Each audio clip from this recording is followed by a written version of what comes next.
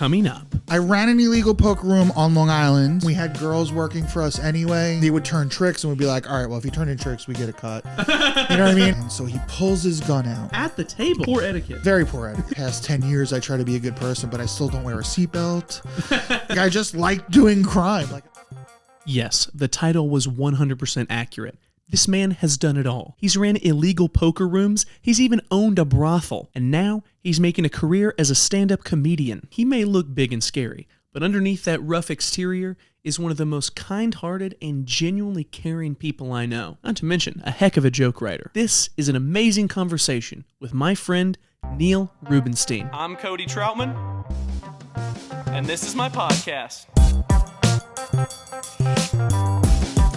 The Cody Trout Pod. Hi, Cody. There he is. Yeah.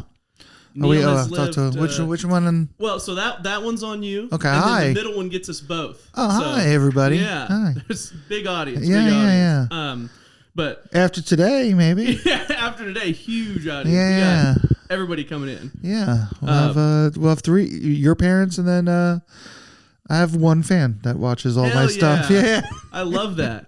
And she likes when I'm she likes when I'm friends with the podcaster. Yeah. Because then she says that I come out of my shell more. Oh. And then I'm more fun when I know the person. Okay, good. So she'll be watching this. So the fact that we met half an hour ago, not great for. Yeah. No. I'm a big fan of yours, actually. Wow, so it's gonna be great. It's gonna be very kind. Yeah, it's gonna be fun. So the reason I wanted to have you on, obviously, I would consider us good friends. I don't know if you would put me in your good friend category. I would consider you a good friend of mine, and that's I mean, I enough talk to you all the time. I mean, 3 times a week is is a lot. I mean, I have a best friend that I talk to once every 6 months. So interesting how that can work, right? Once you have something like that established. I mean, we've been friends for so long. It's if we talked more than once every 6 months, we'd run out of stuff to even say. We're like, oh, what'd you do today? Oh, same thing you did yesterday. All right, I'm gonna go now. That's like a long marriage. I wonder if they ever get just bored. I mean, yeah, you got to run out of stuff to say eventually. Yeah, for sure. Well, that's why you see those couples, and I mean, I was in this relationship where it's just you sit on the couch, she maybe lays across you or sits close to you, and you watch TV in silence for hours. Yes. And then maybe something happens, and they're like, "Oh, rewind that," and you. That's because my parents have been together a long time, and that's what they do. They have so much fun, just kind of being in the same space. Yeah. Yeah. It's fun. Yeah. With my ex-wife, I just like being around her. Yeah. I didn't care if we were talking or whatever. I just liked her vibe, you know? And then I wanted her to be quiet during baseball games. That was it. And she was. It was perfect. Wow. Yeah. Once in a while, she'd be like, I like that guy. Or, you know what I mean? Or whatever. Is the stereotype true that women like men in baseball pants? I feel like I think so. I think uniforms in general, and then those pants accentuate your butt, right? And girls like a good butt. Mm-hmm. Girls are like guys like that. I mean, I think so. I think I think that's one thing we all have in common. We like butts. Yeah. Everyone likes a good pair of canned hams. I think that's. So you're a golfer. I wanted to tell you this story. I might have told you this. Okay, I want to hear it. I might have told you this, but this is one of my favorite golf-related stories. My buddy Pat is a pro golfer. Now he's just a golf pro. He owns a golf store in a country club. That is a hard job. Yeah. He's a hard worker. He's a good dad, and he's a good pal. He's all around great guy. And then Brian McKenna. He's a comedian. He opens for Jim Brewer a lot. He's a New York cat. I've heard him mentioned on podcasts. Okay, so he's a tremendous athlete. If you don't know him, tremendous athlete. Great basketball player. Very fast runner. And I think he did open tryouts for the Blue Jays or something like that. Yeah. Right. He's very good. He's a very good athlete. He's a great guy also. Very funny. How's his butt? Is it pretty? I think he's got a great butt. Pretty Yeah, I mean, substantial? girls seem to dig him. Yeah, Nice. yeah. Oh, Brian. Yeah, he's Right. married to like a professional model, I believe. She's a model. Yeah. Not one of those amateur Instagram models. No, We're talking- no. She's like the real deal. Like he's killing it in life. He did a good Attaboy. job. Yeah. So we had a home game at my house for a while. Pat was there, and Brian. They were regulars. Home game is poker. Home you poker mean- game. Okay, Yeah. That's what I thought. Sorry.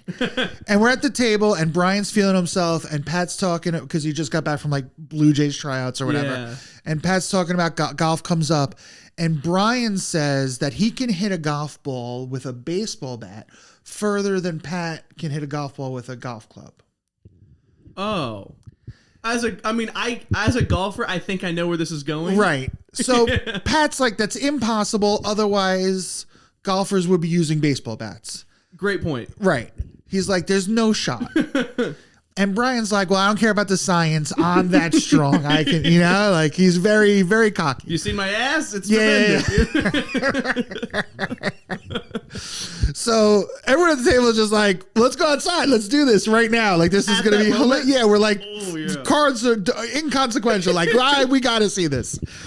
And everyone, and like we're a bunch of degenerate gamblers at the time, so like we'll bet on like cockroaches racing, like so we're like, oh, I got my money on Pat. Everyone's, I'm like, well, I'm not being the house on that. I got Pat also. Yeah. So we all go outside, and it's nighttime, and my parents' house was across from a high school, Okay. so it's my front yard, a 2-lane street, a football field, and a high school. Oh, so you got some runway. So there's a lot of room. Oh, right. Right. So Pat drops a ball and goes, me first or you first? Oh, boy. And Brian's like, you go first. Oh, boy. Amazing. Pat hits it and it disappears into the night sky. It's gone. Like Yeah. it's over the high school. What's a average drive, like 350 yards? 300's pretty good. Right. Yeah. So at minimum 250 yards. Oh, yeah. So it's well past the football field, well past the school. Literally like disappears. Brian looks at it, looks at Pat and goes, I can jump over a car. You guys want to see me jump over a car? Just like perfect timing. Yeah. And then we were like, yeah, jump over a car. And he jumped over a car, and it was the Wow. sickest thing I've ever seen. What an It was the in-the-moment, greatest athletic feat I've ever seen. I love the in the moment thought process of acknowledges immediately, I can't hit that as far as that, but Right. instead of admitting defeat, what is another athletic thing I could do to get the focus off this defeat? Yeah. How can I prove Yeah. I'm still that guy? That's really good. Super alpha move, and like we all just like, jump over a car, and then we were like, you're the best because you jumped over a car. That's the coolest thing I've ever seen. He's walking back and I was like, balls, I don't It's like, fucking still got it. I sent the Blue Jays to voicemail. Yeah, I yeah. didn't even want it. Yeah. So you mentioned something that I actually was curious about. This is something about you I don't know much about. Great story, by the way. I love that because I think that's a fairly common like fringe debate of like, oh, hit a golf ball or baseball further, but to actually get it side by side. I love that you actually happened. But and it's just funny because like if you don't know, I could see you making that mistake. yeah, 100%. But as soon as you put any thought into it, you're like, well, an average drive is like 300 yards. Yes. And the best baseball player hits a home run, the furthest 500 feet. Yeah. Which is 150 yards. Which is not that far. Yeah, so it's just like, oh, no. Yeah, that's absolutely not. Yeah, but if you don't have a lot of experience seeing them both side by side, it is so easy to think like, oh, like I'm swinging as hard as I can, and this baseball is going so far. But if you don't see them side by side, And also, like, a baseball goes 500 feet, but 400 feet when it's coming at you at 100 miles an hour. it has to, And the you can rebound reverse velocity. it at 100 miles an hour. Just throwing it up or putting it on the floor, like, yeah, that's why science has made this like thin titanium rod that, Yes, I don't know the science. I don't know the words, but But yeah, because I golf understand. clubs used to be wooden. Yeah, and so if that was the most effective, they would still be that. Yeah, exactly. You mentioned something that I did. You've mentioned a couple times in the past, but I've never got to dive into. So you used to run a poker room. Yeah, I ran a poker room. Yeah. Was that like just at your house, or like you ran like an illegal poker room in New York City? Yeah, well, I ran an illegal poker room on Long Island. And then I worked at an illegal poker room in the city. Oh, I love and that. then we like owned and operated an illegal poker room on Long Island. Wow. Yeah. Has the statute of limitations passed where we could? Yeah, I mean, there's some stories I probably can't tell, but I know I know how to tread. I mean, if you have questions, like, we can talk about it. Yeah, I want to know, how does something like that come about? Because I'm imagining it's not something that you went out there to do. How did it take, like, it was just an idea, then it's like, oh, well, there's yeah, money. there was like the poker boom in the early 2000s, Yeah. and I just started playing cards.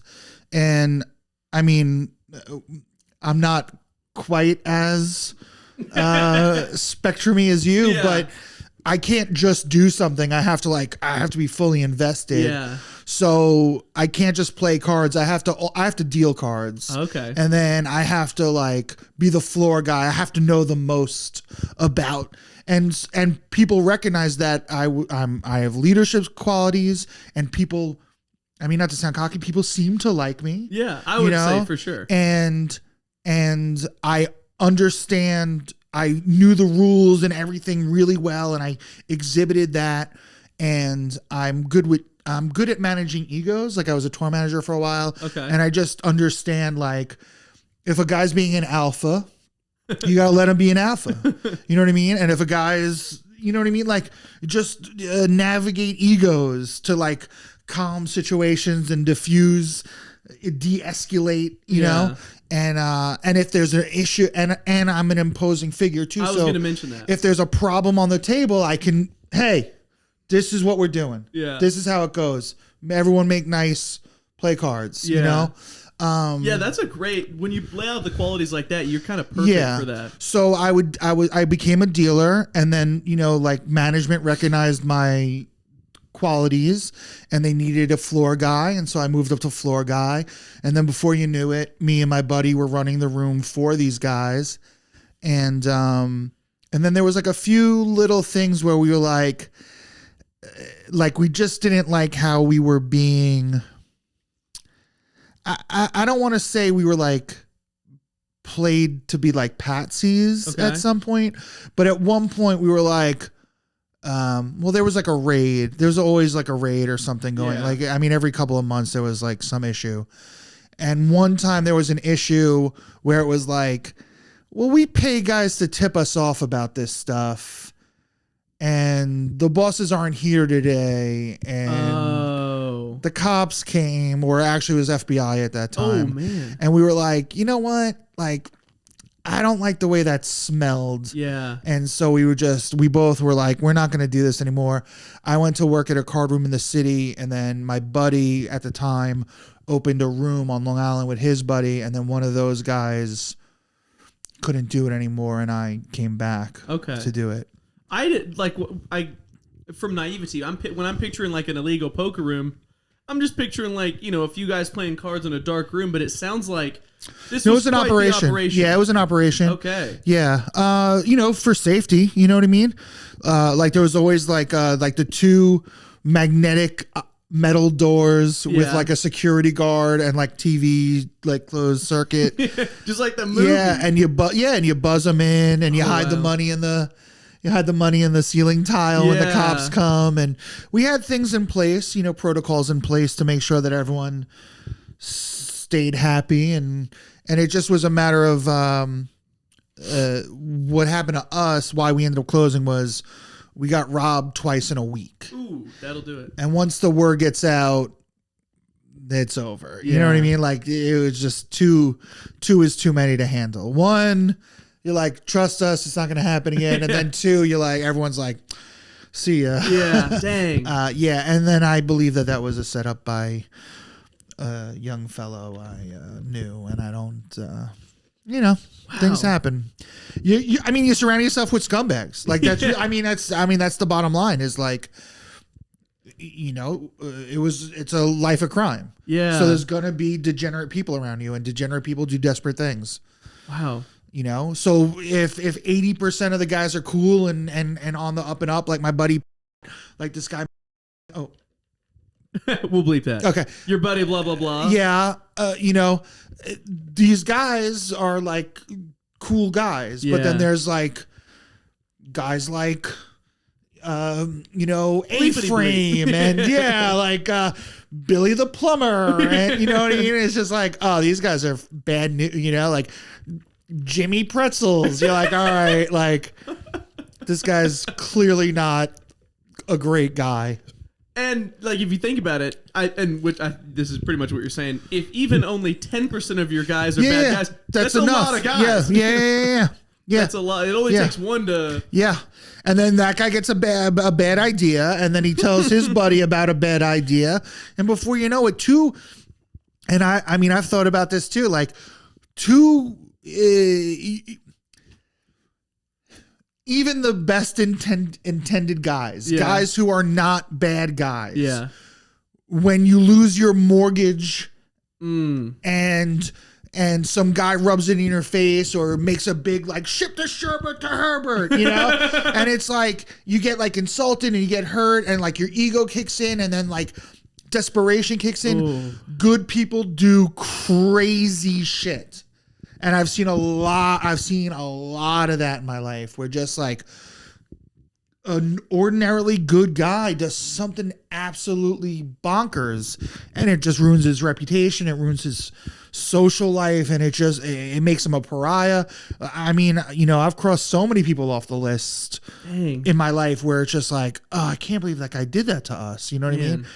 I'm just like, owe you money forever. And it's like, all right, well, I guess that's how much it costs to get that guy out of my life, What that makes me think of, and this might show my naivety of the whole situation. Like you saying, like a person who's normally an upstanding citizen doing something crazy when circumstances like push comes to shove. It makes me think of like the Joker, like how he talks about everybody's one bad day away from being just like him. I mean, I really believe it's that. True. Yeah, because I joke that we're all closer to poverty than we are to prosperity. Yeah, we're all a cancer diagnosis away from being absolutely broke. True. You know what I mean? Like, knock on marble, but yeah, please. I think I have to. Yeah. It's my disease gets in the way. I have to. One of my close friends is Native American. He bestowed a feather upon us. Oh, that's very nice. So I would say that's a good. Oh, it's luck. good luck. Yeah. Okay, cool. Yeah, that diagnosis is. Although his grandfather probably had some bad luck. That grandfather. So perhaps, clock. Yeah. Right. Maybe the clock is like, what's this feather doing? Get these engines off my property. I don't want nothing to do with this feather. That's what I'm trying to get the clock to accept other cultures. Yeah. Is what we're doing here. It's all. It's not a grandfather clock anymore. It's a mi abuelo clock. Yeah, that's terrible. I'm sorry. You can delete that. No, I think that's pretty funny. You should start the whole podcast over. That was fucking miserable. I'm sorry. No, I'm enjoying this. So, because I have, this is going to shock you. I have not exactly been involved in a lot of high-level organized crime. I know that's mind-blowing. Well, that's the thing. It's not high. It was never high level. That's the thing for me is like, so when I was growing up, my brother was involved very superficially in some criminal activities. Okay. And I got to start very early on with some bad ideas. My dad and my brother, I had no shot, basically. Yeah. I was never going to be an upstanding citizen. It wasn't going to happen. And so when my brother instilled this idea in me that like, we're nobodies. And if we're nobodies, then then anyone who wants to come after what we have is also a nobody. You know what I mean? No big deal people are going to give a shit about the little guy. They don't care. Interesting. And sometimes that's wrong. Okay. You know what I mean? So I always operated on the impression that like no one gives a shit. No one's listening. I don't know if did you watch Andor, the Star Wars? I watched a couple episodes. I didn't actually. There's one episode called "No One's Listening," Okay. and Andor's talking about trying to break out of the. Cassian Andor is trying to break out of the prison, and the guy is scared that there's eavesdroppers, and he's like, "No one's listening," and I really believe that. Like everyone always jokes like, "Oh, the FBI is listening," like this, and. Not to you, not to me. They're listening, but not to like. We're not. Maybe one day someone makes a wave. If I say throw a brick through a window into my phone enough, you know what I mean? Then maybe they're like, oh, I think this guy's gonna throw a brick through a window and start a riot. Like, you know what I mean? But until then, like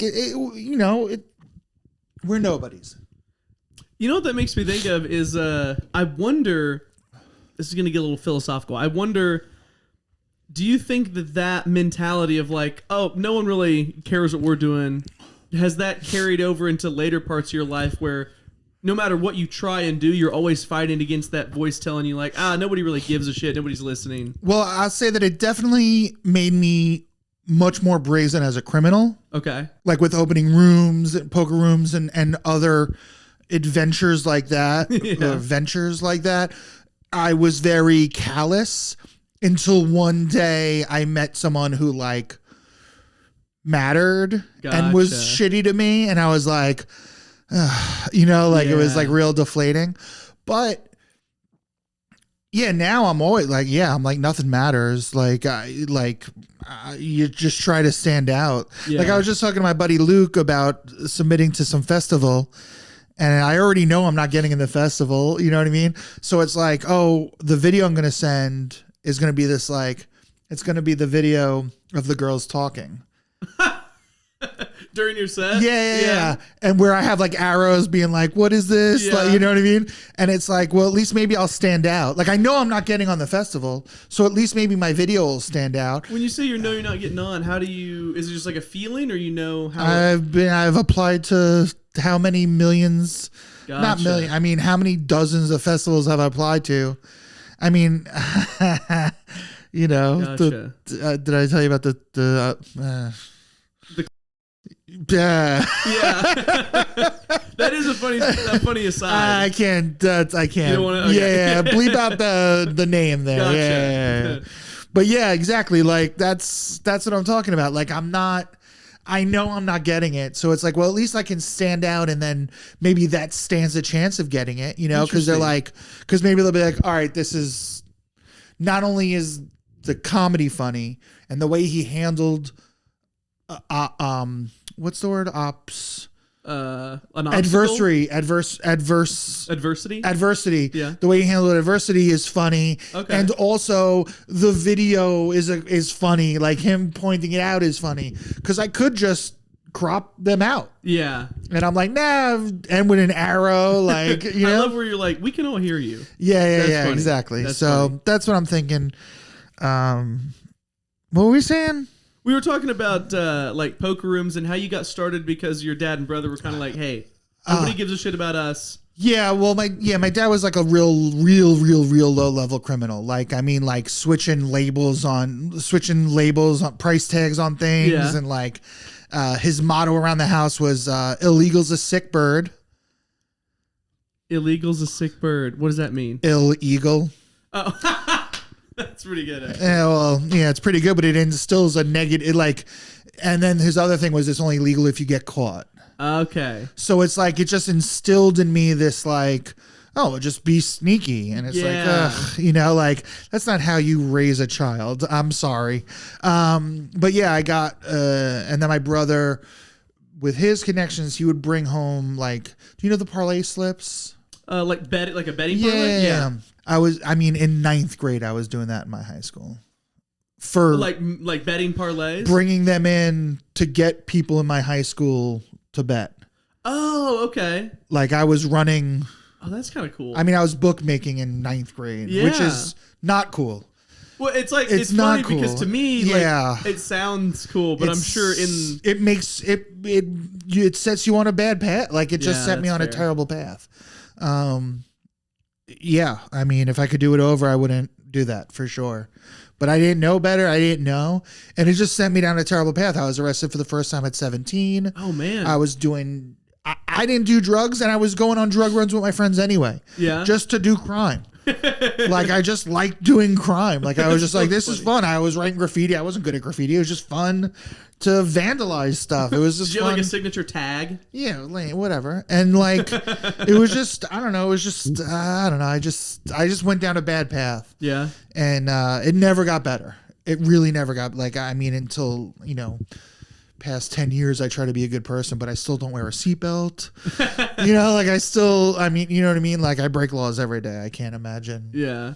Well, Leo, our friend that's a lawyer, he said pretty much everybody is guilty of a felony. Like, if you went in somebody's house, there's you a would felony. see something. Yeah. So, hey, maybe you're doing better than most. Yeah, I mean, I certainly got away with it more than most. So, because we had a conversation the other day, because this is all like tying together. You also owned a brothel at one point. Yeah, but it's because of the card room. Like, I figured there was a connection, right? So one of the guys that I owned the room with, when he left the room, he started with the brothels. Okay. And it wasn't really much of a jump because it's the same build out, it's the same security. Okay. Some of the poker rooms we were operating, we had girls working for us anyway. Okay. That were like just like massage girls, but then they would turn tricks and we'd be like, all right, well, if you turn in tricks, we get a cut. You know what I mean? And so at just some point it was like, well, let's just have everyone just turn tricks. Yeah. So he started doing that, and then he ended up like starting a porn site, and he went full on. He went full on, and he got bought out of that too. Like he owes everybody money. I haven't spoken to him in, I mean, a couple 15 weeks. years probably. Yeah, he owes me so he much. owes you money. Oh, he owes money all over town. Oh, well, boy. I remember one time I finally got a hold of him, and he was like, well, I'm in a 12-step program, and they told me not to talk to the people from my past. Oh, yeah. And I'm like, all right, well, did they tell you to fucking pay your debts too, dude? Like, what the fuck? That's actually a great excuse. Yeah, it's a great excuse. I'm learning to divorce myself from my past transgressions. Yeah, well, I still need that money, pal. But I don't know. I don't know where he is now. I could care less. So at one point you were. Oh, so then he needed his partner. I mean, this guy, the partner.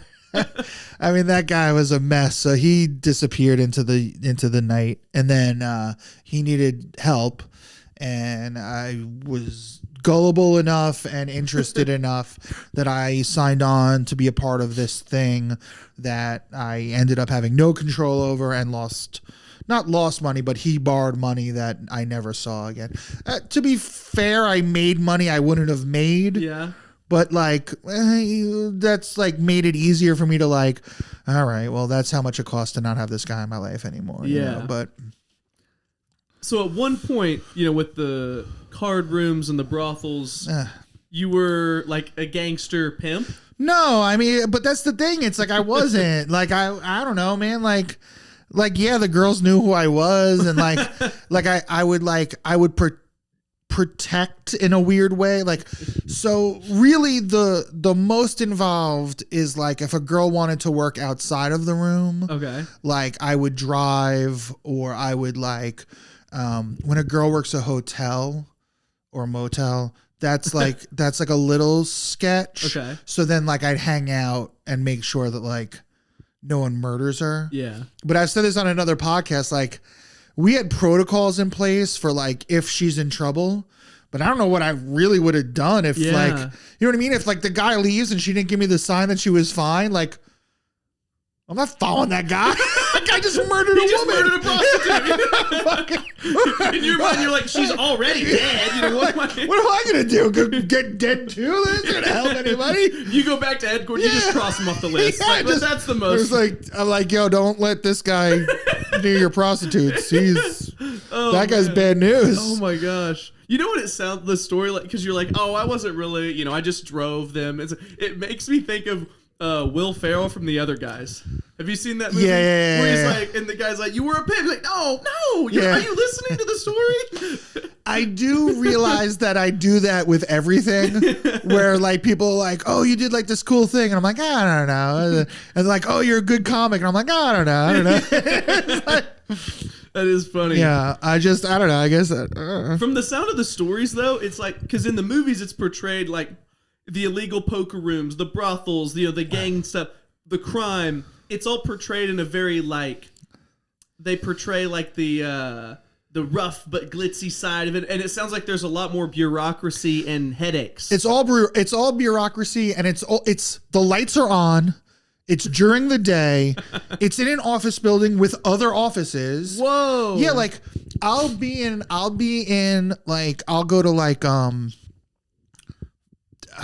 can't think of a good example, but like I remember going to like UCB, not UCB, across the street from the White Castle in Manhattan on like 7th or 8th Avenue, in the 30s, across the street from the White Castle was an office building where like a bunch of the floors were like rehearsal studios. Okay. I forget that. Ripley Greer. Okay. In that building, I remember I had to take the stairs one day because the elevator was broken, and I walked up the stairs and I saw a door that I was like, oh, that's either a brothel or a card room or like a Italian social club. Like this is an illegal. Whatever's in this room is illegal. I can tell. What gave it away? Like because there's no markings except for like a weird like. For instance, I forget the instance, but for instance, like it would be like the ace of spades would be stuck in the hinge. Oh, and it'd be like an insider signal. Yeah. Like no one knows what that is, but then I'm like, oh, there's a playing card sticking out of there. This is a gin room, or this is a whatever. Gotcha. And I remember like seeing it one day, like as I'm walking up the stairs, and I'm like, wow. Yeah. And when I worked, where were we? We were at the New York, what was it called? Either Broadway Social Club or New York Social Club. It was on Broadway. It was like near Columbus Circle. Yeah, like that also was like in an office building with like regular offices, like lawyers and stuff. And then there's just like one room or one floor. And generally it operates like later at night, but like you would definitely walk past like business professionals walking in, and they, I don't know, so many offices, they don't know who you are or what you're doing. It's not like we're wearing pimp. You know what I mean? Like I'm wearing a hat that's like, you know what I mean? Like I just look like a normal guy, and then there's just a normal girl in sweatpants. Yeah. You know what I mean? Like they, she's not walking around with like a menu. Yeah. And then at 2 a.m, no one's there but us. Okay. So that's how you get caught on Long Island. That's how you get caught on Long Island. Like another way you get caught on Long Island is because like everyone's there's like, why is that parking lot full? At 2 a.m. for like a regular. Yeah. So like you tell them like, oh, listen, after midnight, guys, park across the street in the mall. You know what I mean, or something ridiculous like that. Yeah. And then when the cops drive by, they're like, why is everyone at the mall? Then they drive around the Golf Galaxy and there's nothing going on. Yeah. You know what I mean? And then we're all in the back of the fucking T-Mobile store. So it's like they know if they know something's going on somewhere. They just can't pinpoint. Yeah. But then also like if they did pinpoint it, we would just grease them. Like everyone, listen, everyone takes money. Everyone takes money. I was going to maybe not this guy, but the partner. Yeah. Someone's going to take money, and they're going to text you. They're going to be like, we're on our way. Whoa. You got 20 minutes. Whoa. And you just start the protocols. Whatever the protocols are that you've established. We had pretty good protocols. Take everyone's chip count. Kill everybody and get out of it. Yeah, take everyone's chip count, write it down, hide the money in the ceiling tile. Dealers get out of the chairs and sit at a stack. Let the cops in nicely. Hey, sorry, officer, what are you looking at? We're just playing cards, just a bunch of friends. Yeah. They check for warrants. They say, who's the dealers? No one fucking rats. They check for warrants. You can't have a dealer? That's like a giveaway? A dealer is going to get arrested. Because it's promotion of gambling. Oh, so if it's friends who are just passing the deck around, that's one thing. Right. Gotcha. Well, no, it's more, yes, also, but like it's more just, if the dealer is sitting in the dealer chair, he's going to get arrested. Gotcha. So the dealer just gets into the one seat or whatever, and I'm just if there's nobody they can pick out. Right. They can't arrest. Right. They can't arrest anyone who's not. And they say who's in charge. I'm in charge.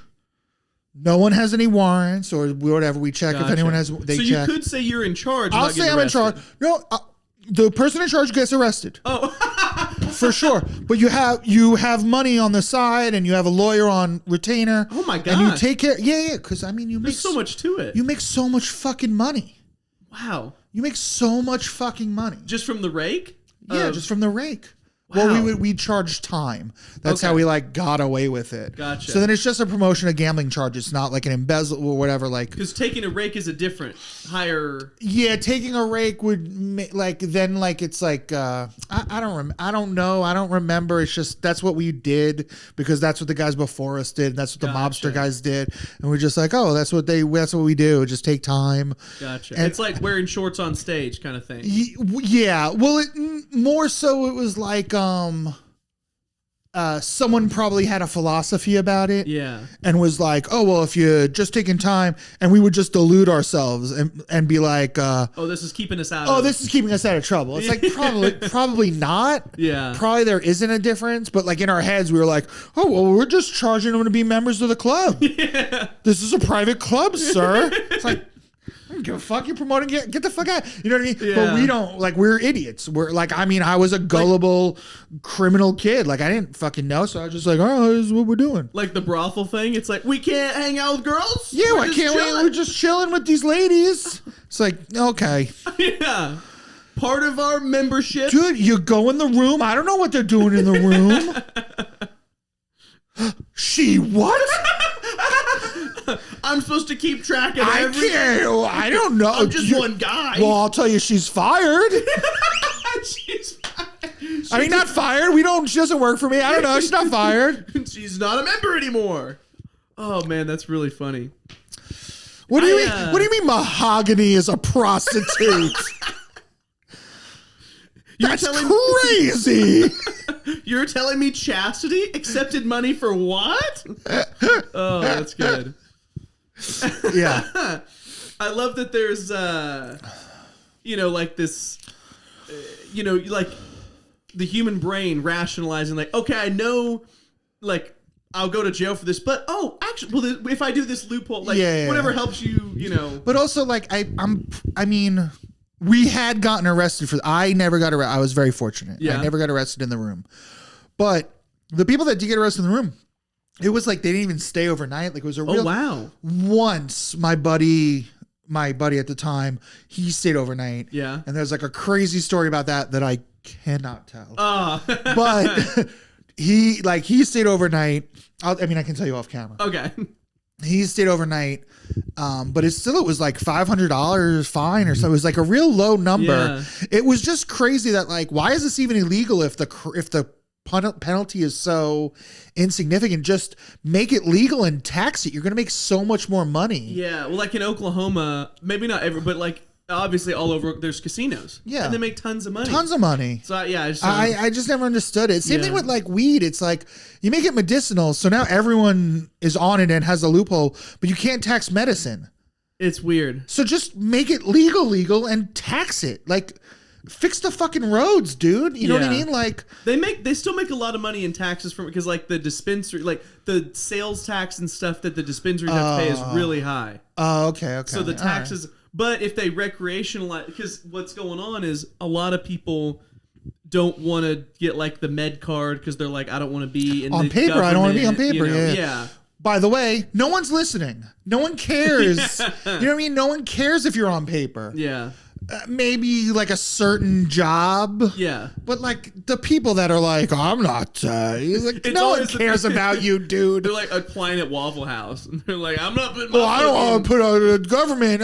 No one cares about you. I don't want to be in the system. Get the freaking thing.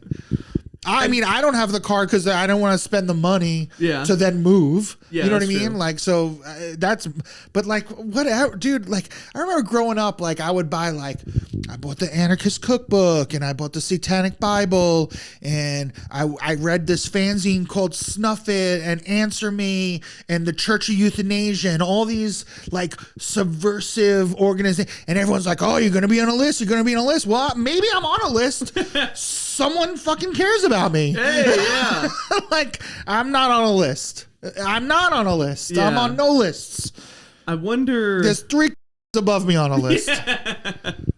Oh man, because I wonder, like people that are like that. I often see they'll say things. Oh, you're gonna be on, but then they also have like cookies enabled on their iPhone. Yeah, Google's tracking, or just the iPhone. They have the location services. Facebook, Google. They have a rewards program with everything they do. Everywhere you go, everywhere you go, you're on a rewards program, and you're gonna be like, "Oh, well, I don't want to be on."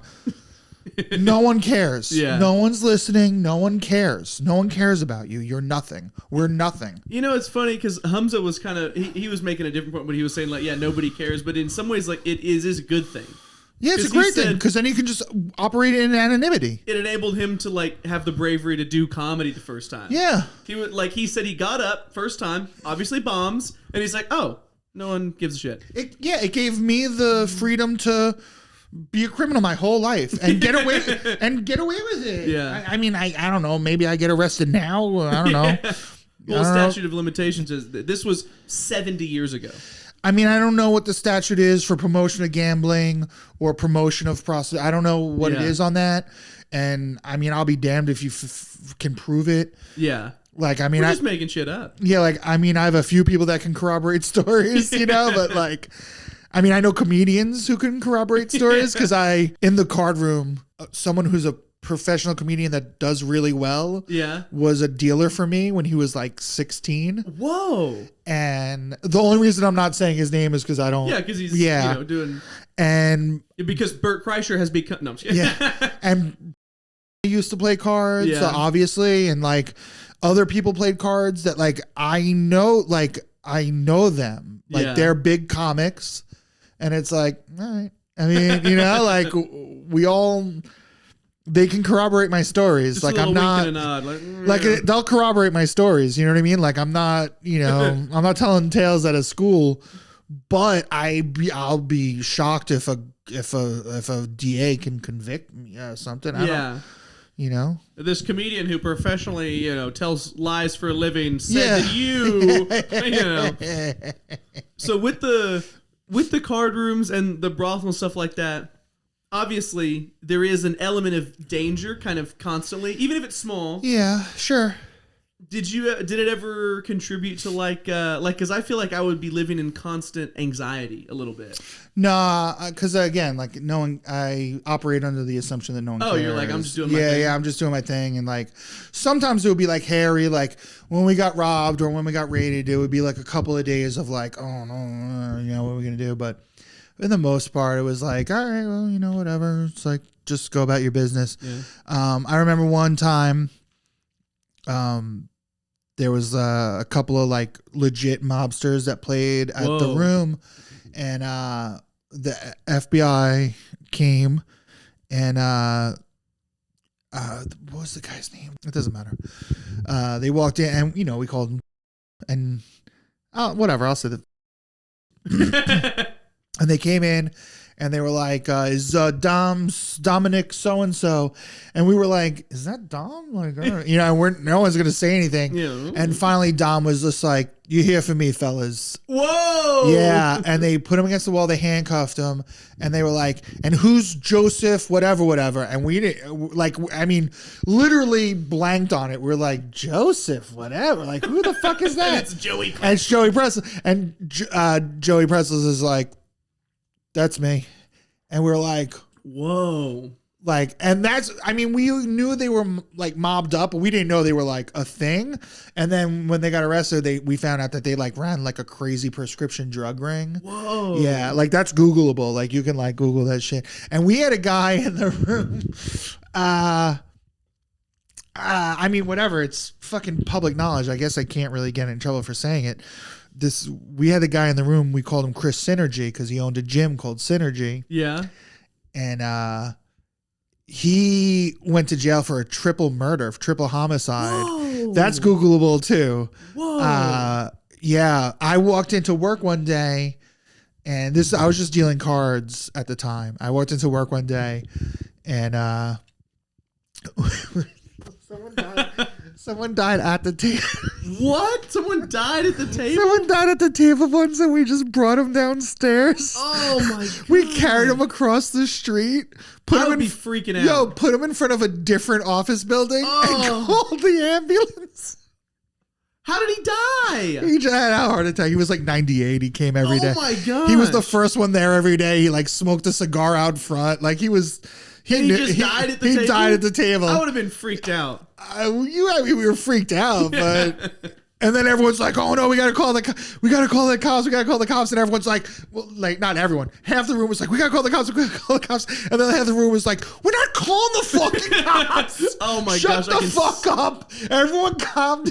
I can see the argument. They carried him. Oh my God! Did nobody see you carrying this body? It was like 8 at night. It was like 8 or 9 at night. It was dark. It didn't fucking matter. No one cares. Gosh. And no one cares. No one cares. I mean, I guess in New York City, there's so many people, so much going on. It was Long Island. It was Hicksville, but yeah, still, it was like it was. Damn. It was like it was dark. It was busy. Like no one's looking. We put them on. I would be terrified. No, it was very funny. But Chris, so I came into work one day at that room. That room had all the stories. I'll tell you that. Wait, I'm still sorry. My mind is like caught up. So was he just like about to go all in and just dies? Or No. He was waiting for a game to start. Oh. He was just sitting at the table waiting for the tournament to break up. So, like as you get knocked out of the tournament, you go sit at the table and wait for a game to start. And he's just sitting there. And he came in just for the game. Like he didn't come for the tournament. He came in just for the game, smokes the cigar, gets his coffee from the thing, sits there at the table, and like takes a little old man nap. He's like, sitting there. And he just like fell over? Yep. And we're like, a couple more people sit down, and someone's just like, I forget the guy's name. Oh man, it's so sad. I forget the guy's name. Yeah. And then at some point, someone's just like, is Pops okay or whatever the fuck his name? Is he okay? And like someone gives him a tap, like a nudge. He just falls further over. He's like, no. we're like, oh shit! And then like someone there was like a EMT or whatever. Yeah. He like put his finger that he knew how to like check. He's like, he's dead. Oh my God! He's dead. Oh my God! It's the worst. And I'm laughing like an asshole. I'm sorry. it's R.I.P. Whatever the fuck your name was. I'm sorry. It's one of those things. Was it gallows humor? Where it's like something so extreme. Yeah, I'm gonna cry about it. Like this. Pops. My parents are dead. I make a joke about that. Like, come on, or whatever. Yeah. But I remember going in one day. And Chris wasn't there. Chris was a great tipper. He was a good guy. Yeah. Well, not a good guy. A nice guy. Good tipper, nice guy. And he gave me like a free membership to the gym. Oh wow! And yeah, like he was a very generous person. He was trying to get you onto his home turf. Yeah. Very generous person. And he sits down at the table. I came in one day. He wasn't at the table, and I'm like, I realized that I haven't seen him in a while. Oh. And I'm like, hey, what happened to Chris Synergy? And they're like, you didn't hear what happened? You didn't hear? And I was like, nah, I didn't hear. And they're like, go home and Google. And then they said his full name, Christian Tarantino. And, is that really his name? Yeah. Whoa. And I went home and Googled it, and the guy, he and two buddies robbed an armored truck. Oh no. One of the buddies shot the driver. Oh no. They shot the guy who shot the driver so he wouldn't talk. The other guy got like cold feet eventually. Oh no. Ratted on Christian. Oh no. Christian had a suspicion the guy was going to rat on him. So Said we need to move the bodies. brought the bodies out to the Long Island Sound, shot the third guy. Oh my God. Dumped them all in and it was like Dee Snider's cousin or something, or sister-in-law or brother-in-law was one of the guys. So like Dee Snider is like one of the people like responsible for making sure that this guy went to jail. It was a crazy story. It's all over it was all over the papers. And this guy played poker in your poker room. Yeah. That's wild. Yeah. And like you said, you would just think you he's would just never a normal know. guy. You would never know. And you would never know with any of the guys. Yeah. You would never know. You don't know what they're doing. The only reason you know what... It's fine to say his name. Which, yeah. It's like in the paper and Yeah. shit. Why can't I say his name? I don't. Yeah. All right. Well, if you feel bad later, we can. Nah, I think it's fine. You know. I can't believe his name's Tarantino. Gosh. That's funny.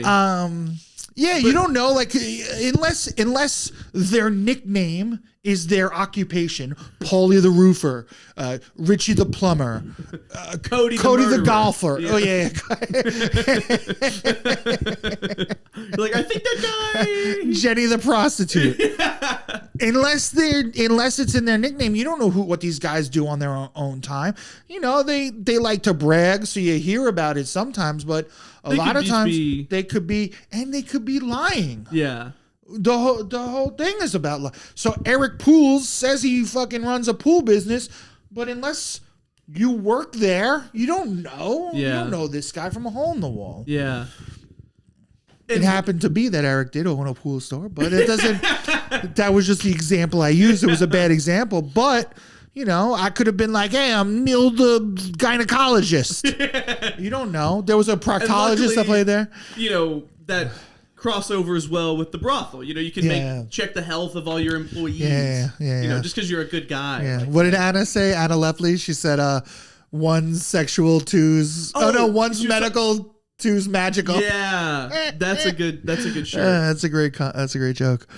I loved how she was like hitting on my sister in the front row. Oh, that was funny.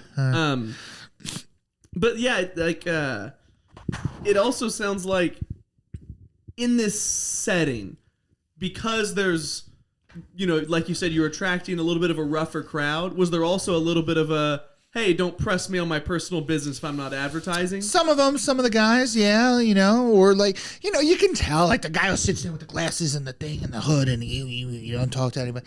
Fuck this guy. Yeah. He's no fun. Go ahead, make your money. Get the fuck out of here. But Pop's in there with his coffee. Yeah, you learn some guys have like some character traits that you're like, all right, you know, these guys are fun. You know, wait, so I mean, I'm still friends with a lot of the people from the room. Katie Sippy Cups, who plays golf. Yeah, the dealer comedian. I don't want to be so hard to edit. Mention his name. Pat, you can say his name. I can say his name. That's fine. Just bleep. All the mobsters. Yeah, all the murderers. Anyone who I'm not friends with. I keep going back to it. So, Pops has kicked the can. You now have a dead guy, and you're all just sitting there. What? I mean, I feel bad, but like, was it funny immediately, or were you like? No, there was like an air in the room for a little while. Okay, and then the people that cared more about playing cards than about human life were like, "Are you dealing or what?" I was like, "All right, I guess we're dealing." So you carry him across the street and you call the ambulance. I mean, did you ever find out what happened, or it was just like? You know, there's I didn't. There's no way to know. Yeah. I didn't carry him across the street either, just for the record. Like, I'm not, Since you were in charge, I'm not like so callous. You were... Yeah, no. I wasn't in charge in that place. I just dealt. I got to work. He was already dead. There's nothing. They told you to carry the body. I kill the cards, man. I can't carry the body. Yeah, I said this. I'm not carrying no body. Not on Tuesdays, you know. Yeah. These two Israeli mobsters carried the body across the street. They were like, third one today, you know? I mean, some of those guys, I mean, you know, they've seen that. Yeah. Like that, it's nothing to them. I remember, this is a funny story. I remember we were in the New York room in the Broadway club. Yeah. I remember there was like these two Albanian dudes that always played, and they were lunatics. Like, Seriously, Albanians are the scariest. I was just about to say, people. every like real life person that I've met that has a story about somebody from Albania, They're lunatics. They're the scariest people. Like they're literally when I meet someone from Albania, I'm just like, give them their space. Yeah, like you have my respect. I don't want to. I'm like scared to talk to you because I'll say something that upsets you. I'm so like whatever is cool. They're like there's 2 Albanians in like the 6 and 7 or 7 and 8. Yeah. And then in the 2 or 3 is this like thugged out dude. This like dude crooked flat brim puffy jacket. Characters that could pop off at any moment. Yeah, and we were pretty good about not letting weapons in. But for some reason, there was an argument at the table, and this guy had his gun. Whoa. And so he pulls his gun out. And he's like, oh, you want to fucking go, whatever. Like, I'll end you, whatever he says. Shit. At the table? At the table, across the table. Poor etiquette. Very poor etiquette. Like never come back etiquette. Yeah, you're not coming back. The Albanian dude leans over. Oh no. So that the gun's touching his head. Oh no. But like this, like not even like this, like brah, like it's nothing. Oh my god. Like this. He goes, he goes like that. And he goes in the craziest Albanian accent, goes, do you think I'm scared of a gun? I grew up in a war. Holy shit. The whole room is like, oh, I literally went under the table. I was like, I'm not a part of this. I went under the table. I mean, other people went under the table too. Like I was people like hiding behind posts. Like people left. That's like if that was a scene in a movie, that was no a one scene will you believe would it. see and you'd be like, okay, that's too no much. one will believe it. Yeah, that's over the top. And it happened. Just and looked at him like nothing. Like, oh, you think I'm scared of a gun? Oh my god. I grew up in a war. And the guy was like even the guy with the gun was like, okay. He's like, I hadn't planned for Yeah, I mean, like he was still acting tough and there was some bravado and stuff. And our security guard came in and we're like, dude, where were you on the gun? Yeah. And it diffused fine. Wow. But I definitely felt like, that like Homer meme where you're like backs into the couch. Yeah. Everyone was just like, wow. Yeah, that's the toughest thing I've ever seen in public. That's crazy. That is the toughest. I've seen all sorts of chaos and nonsense and violence in my life. That is the toughest thing I've ever. I will never forget that. Because there's no faking that. He leaned in so comfortably. Oh my god. Just. There's no faking that kind of like confidence and fearlessness. Yeah. Like he probably saw people get blown up with missiles, step on landmines. He's probably seen, and that's why Albanians are the biggest, most insane people on earth. Like they do just genocide they saw. Like I'm sure Serbians and that Eastern Europe. Yeah, I bet some like Azerbaijanis who are like a little older probably saw some nonsense. Anyone from Kosovo. You know what it reminds me of? I'm bringing like my sheltered upbringing. It reminds me of that scene from The Dark Knight Rises where he was like, "You adopted the dog." I was born in it. Yeah. The guy's like, "Fuck." Yeah. He's like, I've actually never fired this before. It's more of a decorative piece, anyways. Yeah. And scene. It's funny that you're like, well, the craziest thing I've ever seen was in a Batman movie because I live in a gated community. Yeah, exactly. Yeah, like I didn't want to park in the driveway. I was like, is my car too old for this driveway? You try to drive out, like spikes pop out. Yeah, it's like a security team comes out like, sir, please. Yeah. But that's why I love the guard at the gate was like, "You're Neil, okay?" It's like, what a loser. Was it a lease? Ugh. That's why I love having these conversations. Is because whether it's more or less shelter, whatever, we have all. This is obvious, but we've all only lived our own lives. Yeah. So I want to Go ahead. I was going to say, I want to get perspective and experiences outside my own to broaden my own horizons. And we all think we're the stars of our movie. True. You know what I mean? And so when you watch someone else's movie, it's so weird. Like, cause I'm not a drug cartel guy. Yeah. And then to like meet a guy you're like, oh, there's a fucking whole world. Like I am and I am fully aware. I was a low level criminal doing very little crime. The punishments were very, you know what I mean? Like I wasn't taking big risks, like it was very minimal.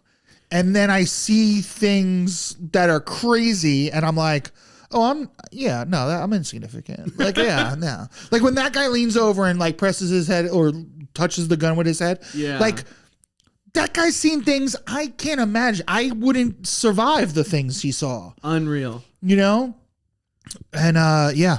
So in that time period though, did you living it, did you feel like, oh, I'm the big bad criminal, or was it more just like, I'm just trying to make some money? Yeah, I'm the same way I am now. Gotcha. It's just like, listen, I just want to be as good as I can be at this. I just want to like get my thing. I'm not greedy. I need just to get by. Yeah. I just want to go. Like at the time I was like, I just want to take my wife to steakhouses. Yeah. And you're like, I may not be the biggest pimp, but my girls are going to be well behaved. Yeah. Like if my wife wanted to go to like, and again, like our vacations weren't like the Amalfi Coast or Morocco. Our vacations were like, let's go to San Diego. I want to go to SeaWorld. Yeah. Like a very humble, not humble, but very simple. Like, hey, Shamu, fuck you. Yeah. So like those were the things I was aspiring for. I wasn't like, oh, I want a big house and a thing. And I like, people who like collect yams of money and like bury them in the backyard. Yeah. I would make a couple of grand a night or a week and I'd blow it on my girl and a few friends, or gambling was a fun way to lose money. Yeah. Do some traveling and then at some point it stopped and I was broke and it was fine. Yeah. And I'm broke and I'm fine. Yeah. That brings up an interesting question because I didn't realize the timelines overlap. So whether it was just like dating or married, running the poker room, being involved in running a brothel, how did that all intermix? Like, was your significant other aware of it? Were they cool with it?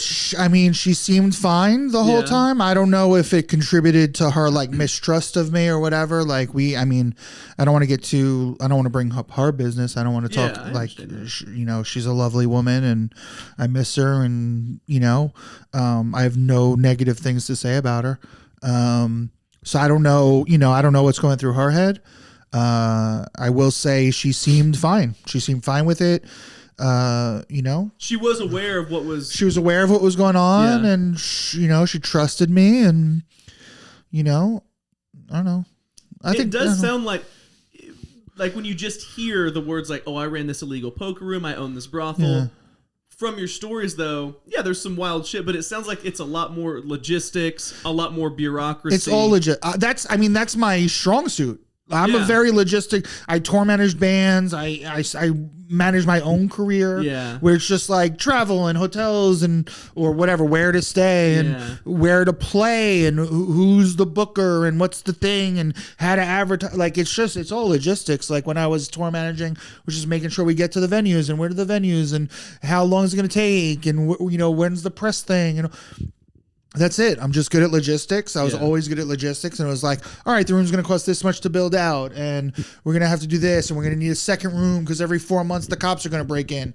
And we need to do this. And tables need to be reupholstered every this much. So this money and this money has to be set. It all figured out. Yeah, this money needs to be set aside for a lawyer. This money needs to be set aside in case our dealers get arrested. This money, you know what I mean? So it's like the first couple of grand or first, 10 grand that you make in the room, like that's nut. Yeah. You got to put that away. You got to hide that in the tile. And if you're not doing that, it falls apart quickly, I'm assuming. Oh, it falls apart super fast because as soon as there's a hiccup, I mean, think about everyday activities. Like if you don't, like right now. Knock on the wood. Like if my car breaks down, I don't have that nut. Yeah. I'm done. That's it. I got to beg someone to lend me money. Yeah. you don't want to be in that position in a situation like that. No one's going to feel bad for you. Yeah. And if you get arrested and you don't have bail, you sit in jail. Yeah. So it's like, all right, well, let's make sure we have enough to cover bail, cover a lawyer, cover an extra month's rent if things go south. Make sure we can buy new chips if someone steals chips. Make sure we can do this if someone does it. And you have all that stuff, you just... It's interesting, and I'm sure this is obvious, but I guess to me on the outside looking in, being so unfamiliar, it's interesting how much like basic general small business best practices are mostly what you're worrying about. That's so. I mean, because that's what it is. It's a small business.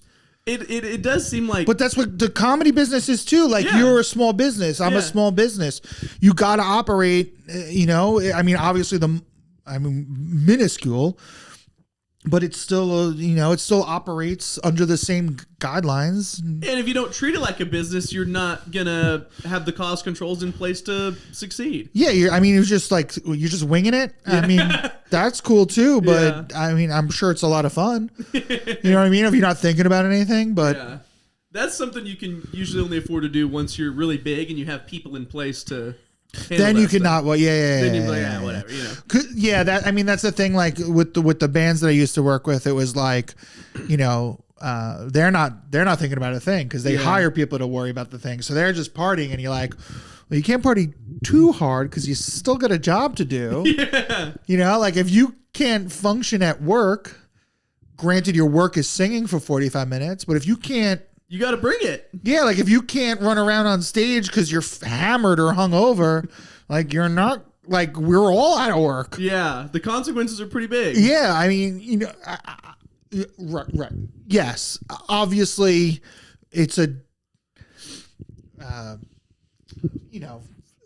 we're not roofing. Yeah, you know what I mean. I get Bill. That's like Bill Burr's thing. Is like I'm not a roofer. Like. I'm not backbreaking work. Well, because my dad does manual labor, so I get it. Oh, yeah. So it's like he looks at us and he's like, okay, hard work. But it's like, I mean, well, yeah, I put in 16 hours a day. 8 of them is driving. Yeah. Like, yeah.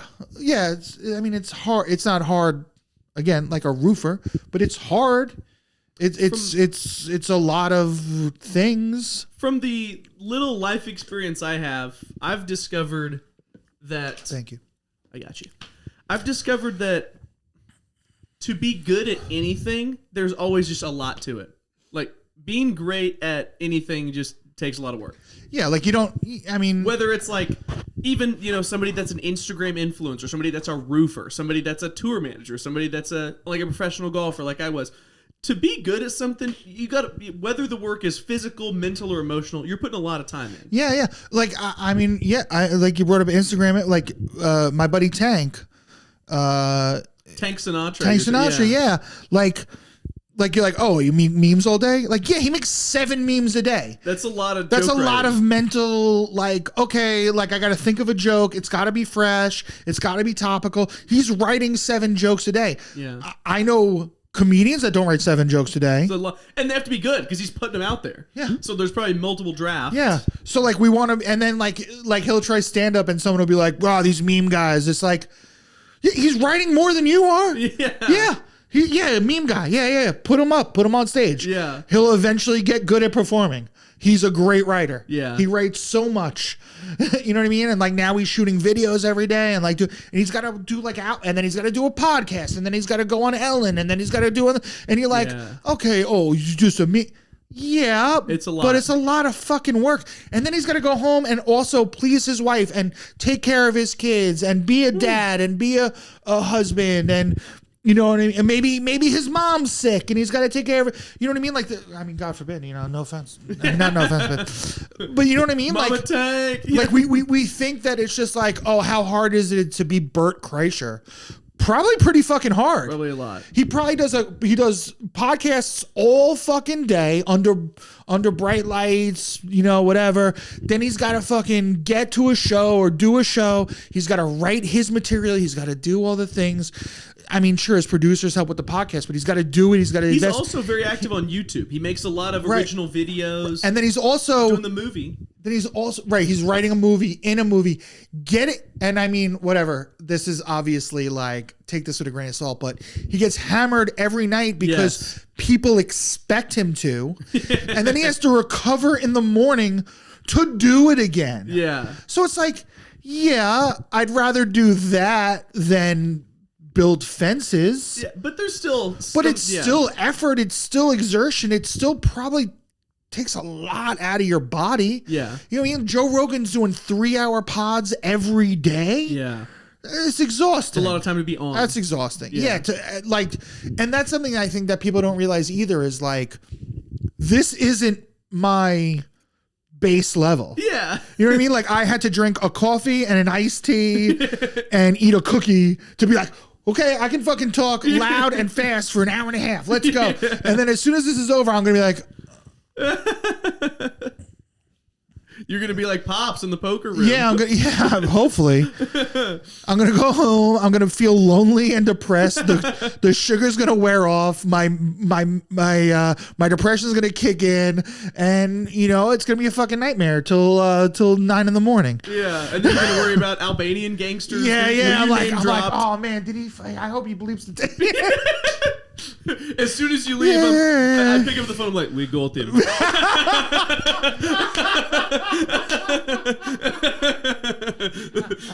It took many years. I have found the man. Him. I have found the man. Yeah. No, he was in the room. He told the story just how you told it. That would be great. What a long time. God. Yeah. So yeah, I mean, whatever. Yes, I get it.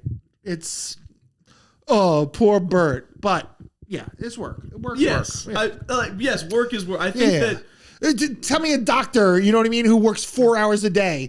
You know what I mean? Like the guy goes in, he does 2 surgeries, and then he bounces. And it's like, all right, that guy's playing golf. Like plastic surgeons. Yeah, like that dude's literally playing golf 8 hours a day. Like. Okay, but yeah, it's the work that he put in. He probably when he went to school, maybe, he wasn't privileged. So he had to like work a job at night and then study and then go. And then he had to do blow to stay awake. And then that burnt out his fucking septum. And like he had to get, you know what I mean? Like, yeah, people have a thing. We don't, blow, we had to like have sex with hookers. Yeah. He had to fucking blow dudes. And I know he didn't want to blow the dudes. He's not gay. He was like, I guess I got to do what I got to do. It was a phase, College. Oh, man. That's, I think it was from the movie Easy A. Stanley Tucci's line. I always remember. He's like, it was college. We've all been gay once. Like, he's really funny to me. But, yeah. But yeah, it's like the, summation of what you're trying to say, which I agree with, is like, anybody who's built anything, even if the work is more fun. If it's worth building, you worked. Yeah. Even if the work is more fun, that doesn't mean that you're not putting time in. Pardon me, folks. A brief interruption. If you're enjoying the conversation with Neil as much as I am, you gotta check out what he does best. He just dropped his debut stand-up comedy special, and it is available to watch for free on YouTube. Neil is going to be one of the greats. So after you finish listening to this conversation, you gotta go check out this special. That way you can say you were there from the beginning. That makes you cool. It's called Neil Rubenstein, Have Some Dignity on YouTube. You're gonna love it. But without further ado, here's the rest of my conversation with Neil Rubenstein. You were at the comedy show that I did in drag. That was amazing. That was fun. That was amazing. Yo, Cody Freeman, leave his name in. He fucking crushed it, dude. Like, if it weren't for you, he definitely was the best of the night. He's really funny. He's really, he's come a long way since I've been here. His jokes are really good. Yeah. Like, I've heard that Whataburger joke before and been like, why is he telling this? This is not. And he tinkered with it and figured it out, man. That is a funny joke. He is a funny comedian. He nailed it, man. He really got good, man. I was really impressed by him. And then, of course, you stole the show. I mean, I'm not just saying that because we're boys, but like, I appreciate that. Like I mean, it was clear. Like, I mean, you heard the applause. Like, that's very kind of you to say. I just because it was such a different kind of thing. Yeah. I was like, if I'm doing something this far outside the norm, like I'm gonna prep hard and I'm gonna go for it. You know? And it showed. The work showed. You know. Oh, thanks. But Cody too. Cody. Cody. And I mean. Whatever. Everyone did great. Everyone did great. It was a fun. Cody crushed. You crushed. What I was going to say about him, Cody Freeman, is I think that he's, I hope, going to get some opportunities coming up, because when Preacher Lawson came to Bricktown Comedy Club, and he's selling out like every show.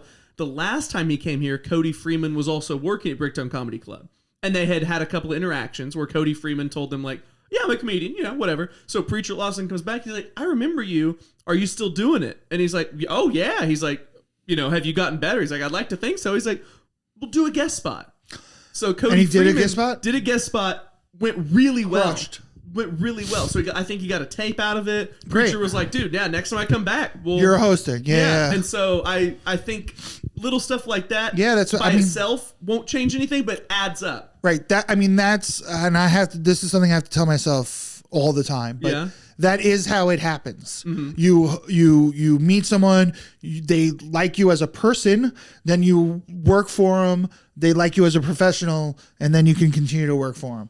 And then their audience becomes your audience, and it builds. And whatever, like each thing on its own, that and $3 I can ride the subway, but the conglomerate, the amalgamation, whatever, is how you, whatever. I am terrible at. I have to remind myself that, other people have to remind me that stuff all the time. Because every time someone's like, "Oh, you got this coming up," and I'm like, "Yeah, so what?" Two things I would say, which are, and I would consider myself a pretty optimistic person, so take it for what it is. But two things it makes me think of. One, Steve Martin is like my comedy hero. And in one of his books, Born Standing Up, he talks about how nothing was happening for 12 years. Yeah. And then he was doing all these little things that by themselves, he didn't really think were going to do anything. But then it was like he appeared on the Tonight Show with Johnny Carson 16 times. He had an HBO special come out. He released an album, and he was on tour simultaneously. They all just started, it just kind of built. And then after 12, 14 years, but think about what you just said, man. Like, he was on Carson 16 times. Well, that's what I'm saying. But that's success. You're successful. Well, he still was not. He was pretty broke. He was not really. Okay, but he wasn't selling tickets. But it was a different time back then. You know what I mean? I'm just saying, like all the little stuff that builds, and then the other thing, we could disagree on that one, but. I mean, you're on Carson 16 times. But that's what I'm saying is, you would think one pop there, it's great, but that wasn't the case. Right, one Fallon might not do it. But 16 Fallons, I think at 16 you're. But it took 16, is what I'm saying, for him to. Did it? It did, because he wasn't selling any tickets. All right. I mean, I'm telling you from his book. I just think it was a different time. Yeah, of course. But I'm just saying, like, whether it's 16 appearances on the Cody Trout Pod, or whatever it may be, 16 clips that need to blow up on TikTok, whatever it may be. More than that. Yeah. But the other thing it makes me think of is, I think it's called the theory of marginal gains. Basically, long story short, this guy, when the London Olympics were going to happen, the British cycling team, I think it was historically terrible. And they were like, we need a new coach. We don't want to embarrass ourselves. So they were trying to make sure all their events were at least decent. And all the coaches that they were going to try to hire were like, I'm going to make us respectable. And then this one coach came in and was like, you can pay me less, but hire me because we're going to win the gold medal. And they're like, what? Are you out of your fucking mind? And he was like, I have a theory. I'm a scientist. I'm bringing actual data and science. Trust me, blah, blah, blah. First sabermetrician. For a what? The first sabermetrician. What's that? Sabermetrician, like sabermetrics is like what baseball analysts started using, and like like Moneyball is sabermetrics. Okay, gotcha. I'm sure it's a similar situation. So he came in and... like barrels and fielding independent pitching and all those like weird UZR rates and defensive run saves. He was more of like what he said is, okay, we have the skill is like, we want to ride these bikes around this track fast. How many small pieces can we break that into? And so what he did is he talked about, well, you break down a skill into 2 sub skills. Or, many, and then you break down each sub-skill into its component parts. And you break down each component parts into its base ingredients. And then you try to improve by 1 to 5% at each base ingredient. And a 1 to 5% improvement at the base ingredients equals exponential improvement at the skill. So he applied this to their cycling team. Hang with me because it gets very interesting. So it was like... You've already lost me. The fibers of their clothing being more aerodynamic. The positioning of their knees when they're formed. Sleep habits, nutrition, training, communication, all this different stuff with the team. And they just got a little bit better. And their times went, leaps and bounds. Fast forward a couple years, they not only won the gold medal, they set a world record. And so he published this paper on it, which eventually he published a book on it, which eventually I read, and it I was a late bloomer with golf. Not only did I start late, I just wasn't very good. I just didn't have a lot of natural ability for it. So I was looking. But you were athletic. A little bit, yeah. Athletic enough, and so. But I was bad at golf, and so I needed to get better fast because I'm in high school. I want to play in college. I want to play pro. So I get good enough to get a scholarship to a Division II university, and it's my local school. So but I read this book, and so what I did is I'm like, here's the skill of golf. So we have driving. I love that it plays into your disease. Exactly. So you're like, oh, I understand this. Exactly. Yeah. So we have driving, iron play, chipping, putting. Okay, what are the components of driving? Club head speed, contact, consistency, strength, athleticism. Yeah. This is baseball analytics. Baseball analytics is the same thing. It's breaking down all these things, and then instead of trying to develop an improvement plan for getting better at golf, it's okay, how can I increase my club head speed by 5%? How can I hit the ball in the center of the face 5% more consistently? And then, putting, how can I control, my speed from 30 to 40 feet this much better? These little things that I got a little better at, I got so much better so fast. I passed all these people, and I was able to play at the professional level, which was a big deal because of this. So it's so how do we do that for comedy? So you break down it's kind of what you do already a little bit. And what was interesting is, and he talks about this in the book, is that a lot of people that are excellent already do this, but they just don't describe it this way. Right. So for comedy, it's you want to be a great comedian. Right. So I remove one word. I pause 1 second longer. So it's what goes move into my it. hand slightly different.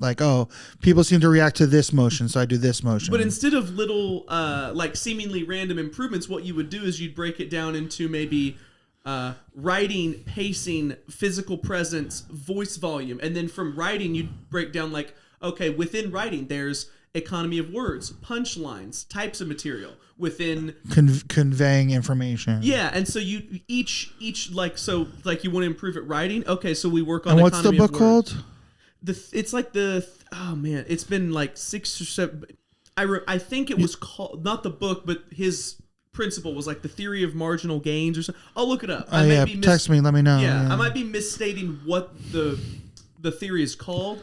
But the information I'm giving you is and it's amazing. It's that and the book Atomic Habits changed the way that I approach how to improve. Atomic meaning on the smallest level or blowing it up. Atomic Habits meaning it's just the title of the book, but meaning improvement at the smallest units, adding up big over time. Okay. Because it's if you improve at these atomic things, you can improve in large ways. Yeah, that's what I wanted. Yeah, that's what I want to do. Dude, this book, Atomic Habits, it blew my brain out the back of my skull. Because what it does is it takes all these concepts that everybody's familiar with in the self-help space and gives you an actionable framework to make steps to have better habits and improve what you're working at. And I love that stuff. You can see I'm you're getting excited. But, I also did a lot of cocaine as well. Yeah. But that's in the book. It is in the book. That's chapter 2. Yeah. If you want to improve at all this stuff, you got to have energy. You can't. Yeah, you can't be sleeping. Yeah. Anyway, I got us way sidetracked, but yeah, I wanna learn that because I like stuff. I like to tinker. Mm-hmm. You'll be tinkering your way to headlining, huge venues. That's what you're going to be doing. Yeah, we'll see about that. In terms of, like I said earlier, the reason I wanted to have you on is you're a very unique and varied individual. You have all these different life experiences. We talked about some of the fun crime stuff. Yeah, setting a good example for the kids. One thing I did want to hear about, this is less crime oriented, but an amazing story. is you used to be like a bouncer of a hip hop club, and there was that one night that you've told me this story. No, I was the maybe when bouncers, I was the talent. I was the talent buyer, and so not the bouncer. Yeah, and but I did. I was also like one of the managers. So like I was I would handle security and the box office. Like I handled like the front of the building. So I was like hands on with security. So there were a lot of times where it was like me and security doing some shenanigans, but like ultimately, like that wasn't my job. I just, more in charge of like logistics. Yeah. I mean, I'm a big guy, and I like, I don't know. We were just when a presence is needed. Sometimes I'd be outside hanging out, making sure that like everything's running smoothly, and then like something would pop off, and I'd be like, "Oh, these are my boys, so we'll go do something shady." You'd lean into the gun. Yeah, no. Well, no. Listen. Guns come out. I'm like, where can I go? Good luck. But the story I'm referencing. So Lil Wayne. I would love for you to tell. I mean, we booked Lil Wayne. It was Valentine's Day, I believe, fell on a Saturday or something cool. and it was also the NBA All-Star Week. Oh wow! So, and I believe that it was in New York. Like the stars aligned, and we were able to get Lil Wayne for way cheaper than we would have gotten Lil Wayne ordinarily. Interesting. And I mean, there were some like back alley hookups that we had. Like we knew, a famous DJ and a famous promoter, and like everyone helped out, and we got this situation sorted out. Yeah. And we got Lil Wayne, and that's crazy. With those hip hop artists for the nightclub, a lot of times it's just VIP walkthroughs. Okay. So maybe it's like they're contracted for 15 minutes of actual performance. Oh, so not much. But they have to be in the building for an hour. Like they have to be in the VIP section for an hour. Like that's you can't just walk in, do your 15 minutes and leave. You have to hang out. It's visibility. People need to take photos and video. There has to be, you know what I mean? Because it's good for the club that like these people are hanging out. Yeah, no one needs to know why they're hanging out. You're booking them, part for the show, but mostly for the prestige. The clout for the room. So that when we throw a party and we go, special guests, people like, oh, is it going to be Fetty Wap? Is it going to be Future? Is it going to be Lil Wayne? And it's like DJ Cody Trout, Yeah. Yeah. So it was a day party, whatever day, Valentine's Day weekend, NBA All-Star weekend. We have Lil Wayne coming. Contracted for 15-minute performance and an hour VIP walkthrough. That's cool. And it snowed that day, like super bad. Because this is in New York City, right? Well, it was Long Island.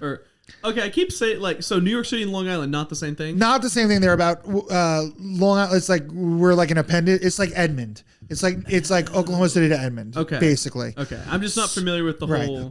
So like if Moore and Normand, like if Oklahoma City only, you know what I mean? Like, I guess that's not accurate. It's like Edmond and Piedmont. Like, is it a suburb almost? And Enid and Stillwater and all that stuff. Okay. It's like we're an extension. Gotcha. You know what I mean? Like people start moving further and further north and further south. Like New York City, people would move further east. It's just Long Island. Gotcha. So, so as the city grew to be Brooklyn and Queens, the suburbs are Nassau and Suffolk, which is Long Island. Okay. So, yeah, you were saying it snowed a lot that day that you were supposed to have. So it snowed a lot that day. We make the calls or whatever. Like, well, are we going to open? We already, we already made the deposit. Oh. Like, we're not going to be able to get our money back. He's never coming back for that price. Yeah. Like, we'll just have the event. So we were like a 12 to 1500 cap room. Yeah. Especially for like on nightclub night, we would get that number like way higher because it's like in and outs. Yeah. I mean, maybe 200 people were there because it was just because of the weather. Yeah, the weather. Damn. And I mean, it was a day party, and normally day parties do pretty well, but I don't know. I guess Valentine's Day, All-Star Weekend, there was just too many things working against us. Because I guess in my naivety, I would think that like big events like All-Star Weekend, they would get more people in there, but it almost was too much going on and worked against you. So Long Island traffic only heads towards the city. Okay. So yeah, I mean, a lot of things were working against us. Okay. No excuses. 200 people show up. Yeah. Lil Wayne pulls up. Whatever, get him car service. Whatever, however it happens. You give him a piggyback ride through the snow. Yeah, I carried him. I put on snowshoes. I mean, he's Lil, so. Lil. So he shows up, and in general, when rappers show up, it's like the entourage is like 60 people. You got the hoe getter, the blunt roller, the guy who pours drinks, the guy who gets free Chipotle, the fucking, everybody in the building, right? MC Hammer. Yeah. Neil Rubenstein. You know what I mean? Everyone comes with me. Yeah. The exceptions are Ja Rule, Ice-T, Okay. and Lil Wayne. Oh, he did not have a big entourage. He had 2 Jamaican women. Whoa. Like aunties. Like not like not like hoes. Not like like aunties. Interesting. Like 2 older Jamaican women. Like in their 50s, maybe 60s. He was wearing pajamas and a wool hat. They were dressed like aunties. One had a giant bag. She stuffed it with cash.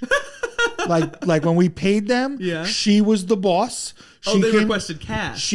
All those hip hop artists, all cash. Okay. Yeah. They don't trust anybody. That's very interesting. I mean, that's their upbringing. You know what I mean? They fair. don't trust anybody. They don't trust the government. They don't trust the promoters. I mean, maybe it's white people. I don't know. They just don't trust anybody. You know what I mean?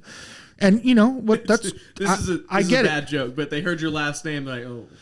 I mean, I get it. I get it. You're fucked over your whole life. You come from squalor. Like, I mean, the kid was shot when he was 12. Yeah. You know what I mean? I get it. Don't trust anybody. I'm cool with it. Like, yeah, if I could demand cash every day, I would demand cash every day. For sure. That's true.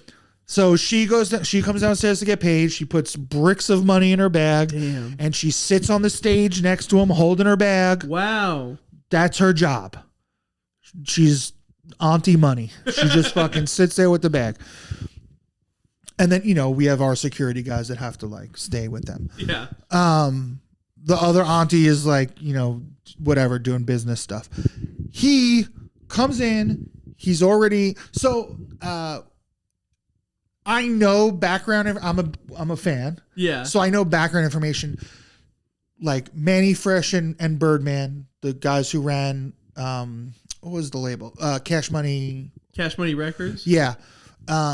When they brought him in, he was like 14, 15. And Juvenile and BG and Turk. When they brought these kids in, they're from bad areas. So they knew, like, they're the smart, dude, Birdman and Manny Fresh don't get nearly enough credit for how fucking brilliant they are. Okay. They knew these kids are going to get in trouble. They're going to get women pregnant. They're going to get shot at. They're going to sell drugs. The only way to keep them out is to make them think that the studio is their favorite place. Gotcha. So they just got him in the studio, And the reason that Lil Wayne is the best of those guys is because he spent the most time in the studio. I mean, watch any documentary on Lil Wayne, any interview with Lil Wayne. That dude is in the studio 100% of his life. I have heard legendary stories of like, he's just in the studio. He's recorded tens of thousands of songs. So at one point, I heard this story. At one point, he just wanted to record everything he had ever written down. Oh my gosh! So that he was done.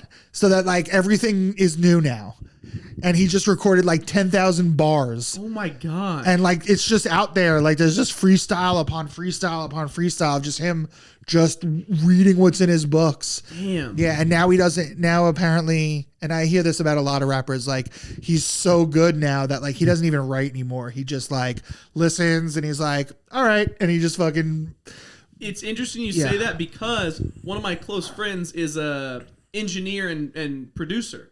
And he worked at a big record label and was the engineer they selected when Lil Wayne booked like 4 days of studio time. Yeah. So go ahead. Without knowing your friend, without knowing the story, I'm going to say he sat there for 3 days. Lil Wayne didn't show up. And then Lil Wayne finally showed up with like 4 hours left and then made the 4 hours of the sickest records ever. Almost exactly. Yeah. So I hear that story constantly. He said he booked like 4 or 5 days. He just pays for it. He doesn't show up. And it was expensive. Yeah, of course. And but what he is doing is he's in the studio on his bus or he's in the studio somewhere else. He's not just paying for that studio. He's paying for another studio wherever else. Like he just wants to be wherever he's at, he's in a studio and he doesn't want any problems. So it's like with the card room. Like if this place goes down, we need another place to go to. So he just books 3 rooms. Yeah. He just books studios. Amazing. And he just shows up and he fucking crushes it. And you're like, all right, I guess that's a wrap. And he's like, that's good.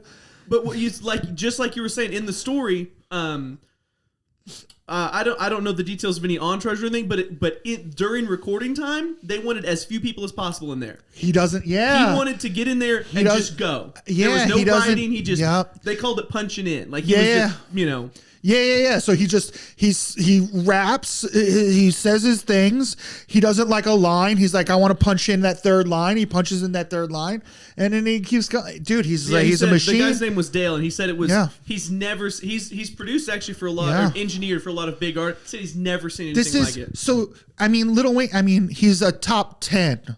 Inarguable. Like he's the top 10 alive for sure. Yeah. He's probably a top 10 alive or dead. Yeah. I mean, whatever you want to argue, fine. Top 25 of all time. He's one of the greats. Definitely.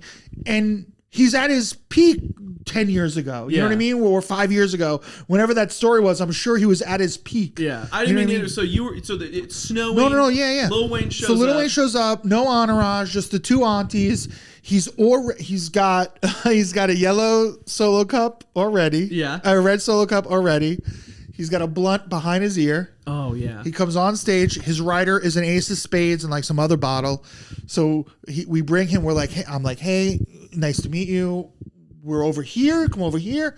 So the way our setup was. So you actually got to be the one to interact with him. Yeah, because I booked everything, so I always like brought the guys. Sometimes the owners would want to get involved, and it's like, fine, I don't care. But even a little handshake, that's got to feel pretty cool. I mean, maybe we didn't even shake hands. Maybe I shook hands with the auntie, paid the auntie, but I brought him out, or got the head of security brought him out. When it's like a guy like Lil Wayne, like everyone's like, oh, I want to be the guy, and it's like, I don't care, I don't give a fuck. So so we bring Lil Wayne out. The way our setup was. So the stage is like whatever. We had a big stage, and then in the middle we had a bike rack, or not bike racks, but rails. Okay. Dividing the stage into 3. Okay. And in the middle, halfway back in the middle was our DJ booth. Okay. And then rails here and here for the VIP sections. Gotcha. And then there's a VIP mezzanine there and a VIP mezzanine there. Okay. Lil Wayne comes in the back door. The auntie goes that way, got to get paid before he walks in the building. Yeah. So we pay the auntie, then we come up, we show Lil Wayne to his table. It's the front table by the rails.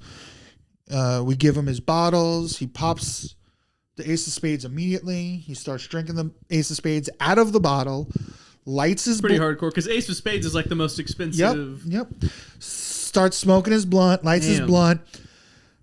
Just fucking being cool, being like the coolest person you've ever seen in your life. That's wild. I mean, literally in pajamas and a wool hat with like the you know what I mean, like with the pom pom and the long, you know what I mean, like that look, and he's just chilling. That's awesome. And our DJ, Smooth City, he goes by City now. Not as smooth as he once was. No, he's the smoothest. He's Ashanti's DJ and hype man. Okay. And he's worked with Ja Rule a lot, obviously, and Nelly a lot. And he's one of the best party DJs in the country. Like he's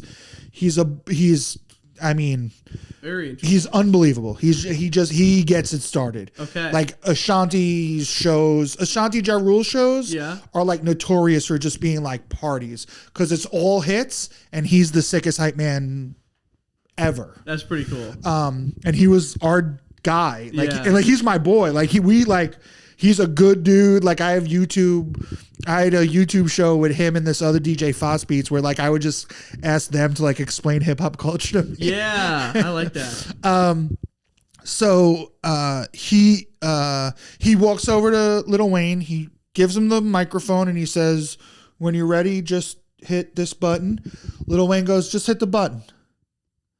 So he hits the button. And I mean, he's playing like whatever right now. He's playing like Notorious B.I.G. or he's just playing whatever right now. Yeah. So he turns the mic on for Wayne. Wayne takes it and he's in the section. Wayne walks to the front where the rail is, not in the middle where the performers are, where the rail is. He walks over to the rail and he just starts freestyling over whatever the fuck is being played. Right? Yeah. Young Money, there we go. Yeah. So Smooth sees what's going on, and he just starts playing Wayne tracks and Drake tracks and anything with a Wayne feature on it, and he's just playing beats for a while. And Wayne is rapping. I mean, he is easy 45 minutes, if not an hour. Oh, just going. There's and I mean, it was like.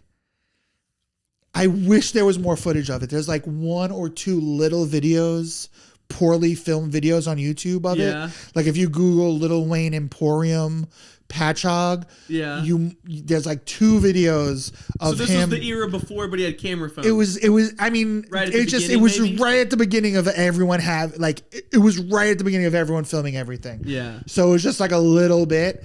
It was like, I mean, Instagram just started. I think it was like 2012 this was like 2014. Whatever year the NBA All-Star game was in New York. Yeah. 14, 15, something like that. Yeah, dude, it was sick. Did the people in the room realize what was going on? We all understood. Yeah. Everyone understood. Like, oh, this is insane. This is Lil Wayne performing for an hour to nobody. This is insane. And that was like one of the. I mean, there were so many. Everyone who went in there was cool. I believe it's because of Smooth City. Because Smooth City is. I mean, that was our clout. So Smooth City, and then we would have Funk Flex a lot. So is that another DJ? Yeah, he's a big DJ in New York. Okay. And then our promoter was this guy Joe Jackson, who was like also like huge in the industry. So we had like a lot of clout, and you know, it's a big room, and we paid top dollar. So we would get like people. We got interesting situations. And I mean, I believe that it's because of Smooth that when people came, they were like extra cool because like this is this dude's house. Yeah. And he's so reputable in the industry. Like everyone loves the guy. Like, he's just like, you just can't buy that. Yeah. Like no one has a bad thing to say about City. Like everyone loves the kid. So yeah, I mean, I remember T-Pain came. Oh, that's sick. And he did he did way more than he was supposed to do. And then he asked if he could DJ. Oh. And he stuck around and DJ'd for like an hour and a half. Wow. And I'm assuming that's not very common. They're going to do their No. time, They're going to do it and bounce is what normally happens. But yeah, some people were cool. Some people liked hanging out, you know? Yeah. Fetty Wap was amazing. He came back twice. Future was amazing. Lil Wayne, it was a special thing. It was like really cool. It was really cool. And I wish there was better footage, man, because it was for just like an hour straight. He's just going. Dude, he was just going in for like, I mean, minimum 45 minutes. I think it was a little over an hour. I mean, anything Smooth played, anything Smooth City played, was ready. He just spit. I mean, I don't know if it was accurate. He was just going in. He was just having fun. And I mean, that's beautiful. Yeah. Like that's beautiful. And it says a lot about the artist.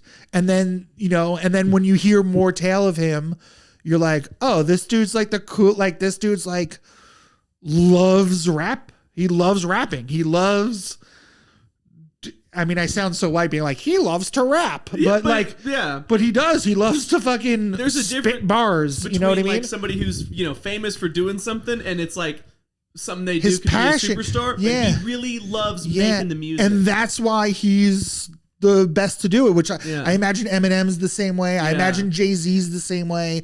I imagine Jadakiss and 50 Cent are the same way. They're just hard working people. They love what they do. They want to keep doing, which is why Bill Burr's the best, which is why Tom Segura is great, or whoever your favorites are, You know what it makes me think of is the stories that you hear about Dave Chappelle walking in and doing a 4-hour set. 4 hours. Hey, who's got a mic? Yeah. 4 in a hours. random place. Yeah. He just loves doing He stand-up. just loves talking to people, and making jokes. And same. Yeah. Same. I would love to be. I fantasize about. I fantasize about a time in the future, hopefully not too distant future, where I pop off a little bit and I still do the small shit, you know what I mean? Where I still go and like, hey, let me host your thing. Yeah. You know what I mean? Where I go, I see Nick Campbell's got a show on Sunday and I'm in town and I'm like, yo, let me pop in for 10. Yo, let me pop in. Let me host. Let me do something fun. Let me do something interesting. Go to the Sunday show at Black Circle or Smokes and Jokes in Murfreesboro, like shows where you know what I mean? Where it's like, if a big deal comic came in, it would be a big deal. Yeah. And just go be cool and hang out with cool people. And you heard it. Joe List would say on Tuesdays with Stories, this is going back a few years. Yeah. When he was opening for Louis, they would go do a theater in Seattle. And then after the show, they would go do an open mic. What? Yeah. Holy shit. Yeah. Can you imagine? I can imagine because I want to do that. Yeah. You know what I mean? Like, I want to go do this. I want to go do the fun thing. What's everyone do after this? But say that you're like that, say that you're at that little showcase or that little mic and Joe List and Louis C.K. walk in. Yeah. I'd shit my pants. It'd be amazing. Yeah, it'd be sick. It'd be so yeah, cool. I want to be that. I want to be on that side. Yeah, you want to You know be what I mean? I want to be the. Everybody shitting? All right, good. I want to be the big deal. You know what I mean? I want to come but not to be like I'm a big deal, but to be like I just love doing stand up. Yeah. When I want to do 2 shows a night. I want to do 3 shows a night. Yeah. And then I'll go out. So I go out with some bigger headliners. Yeah. And they're like, I hear them talking about theaters. I can't wait to come back and do theaters. So I will have to do 1 show a night. And I'm like, well, for me, I'm like, I want to do 2 shows. Like I want the stage time. Yeah. Like I'm still growing. I'm still getting better. Like I'm still, it's still fun for me. Yeah. If it stops being fun, I don't want to do it. Like, I'm not going to do it if it's not fun. And so if it's fun, why not do 2 shows? Why not do 3 shows? Yeah. Like, I get that it's stress. I understand why they don't want to. Yeah. I'm saying I want to. Yeah. And if we do a show on a Thursday and then or whatever day it is, and then when you find out, there's an open mic at VZD's. Because that's how I felt at VZD's. Yeah. Because I was clear. I'm a professional. Yeah. You're clearly multiple classes above. Right. Like no one there. Doing. Yeah. Everyone there is brand new, whatever. And it was clear that I was by far. Yeah. Yeah. I'm not trying to be like a fucking big shot, but it was clear that this thing is not like the others. Yeah. And it felt good. Yeah. And just to be anonymously awesome. Yeah. You know what I mean? I leveled the place and people were not for nothing, but it was it's a bar where no one was paying attention, and then I'm getting applause breaks. Yeah, it was for context, there was a realtor's mixer going on where they were doing karaoke. Right up until the mic started, and the people were trying to yell over the mic, and you got up there, and we were kind of joking. I brought them down to me before, yeah, and you were like, all right, we're whatever happens, and you got up there, people were after a couple of jokes, because when you first start talking, people are just doing whatever. Yeah. After a couple of jokes, everybody's like, and they start tuning in. Like, Yeah. And then within a few jokes after that, people are howling, they're high-fiving their friends, like you signed a baby, you know. And it's so funny because I came off stage and someone was like, dude, I love how like you didn't break character. And I wanted to be like, yeah, dude, it's a fucking, I'm a professional, dude. Like, but I was just like, oh yeah, I don't know, you know. Follow me online, you know? Yeah. You know what I mean? And it's just like, I want to do that. Like, that's fun. That's so fun. Yeah. Like, to just like go and like not be expected and like just, you know, that could have gone bad. You know what I mean? Everyone bombs. I bomb plenty. Yeah. I don't know. It was just, I don't know. I'm sure as your career goes on, that kind of stuff keeps you sharp, though. Because say that you're agree. only doing theaters in front of your people. Yeah. And you're doing your hour set. Yeah. It's like eventually you might get rusty. Yeah, especially like when it's new material. I feel like I don't want a bunch of yes men when I do. You gotta go out there and get roughed up. Yeah, I want to go. Yeah, I want to go mix it up. You know what I mean? I want to get my feet dirty, or my hands dirty, whatever part of my body I your get mouth dirty. I want to drag my dick through the mud. Yours is big enough; it drags when you're just walking. You know. No, that's not my dick. That's a growth. Yeah, it's a tumor. Ugh. Yeah. Thank you. You know, the one comment you made where you're like, "Follow me online," that made me think. This is a slightly off topic, but when somebody, especially at an open mic, did I come across like a fucking cocky dick just now? No, not at all. It made me think of something. Okay. When somebody at an open mic, you'll see where I'm going with this. They at an open mic, they get on stage and they bomb, and they end their set with "Follow me on Instagram," and you're like, no, like, I'm like, if I eat shit, I'm like saying like, this has been, Nash Jones. You know? I like when people go, when people are like, it's like the worst joke about bottled water, and then they're like, oh, you guys don't have bottled water here. They're like, no, we have bottled water. That was objectively a bad joke, dude. Literal people in my mind doing that. It's like somebody will say like something extreme about like a race, and they're like, I'm the only one who, you know. Like, no, dude, that's a bad joke, dude. Like, is it possible that that's just not a good joke? And then I'm sure I do it too. I'm sure I'm just like, but I don't know. When I feel like when I do it, it's like I've done it. Here's where I've done it.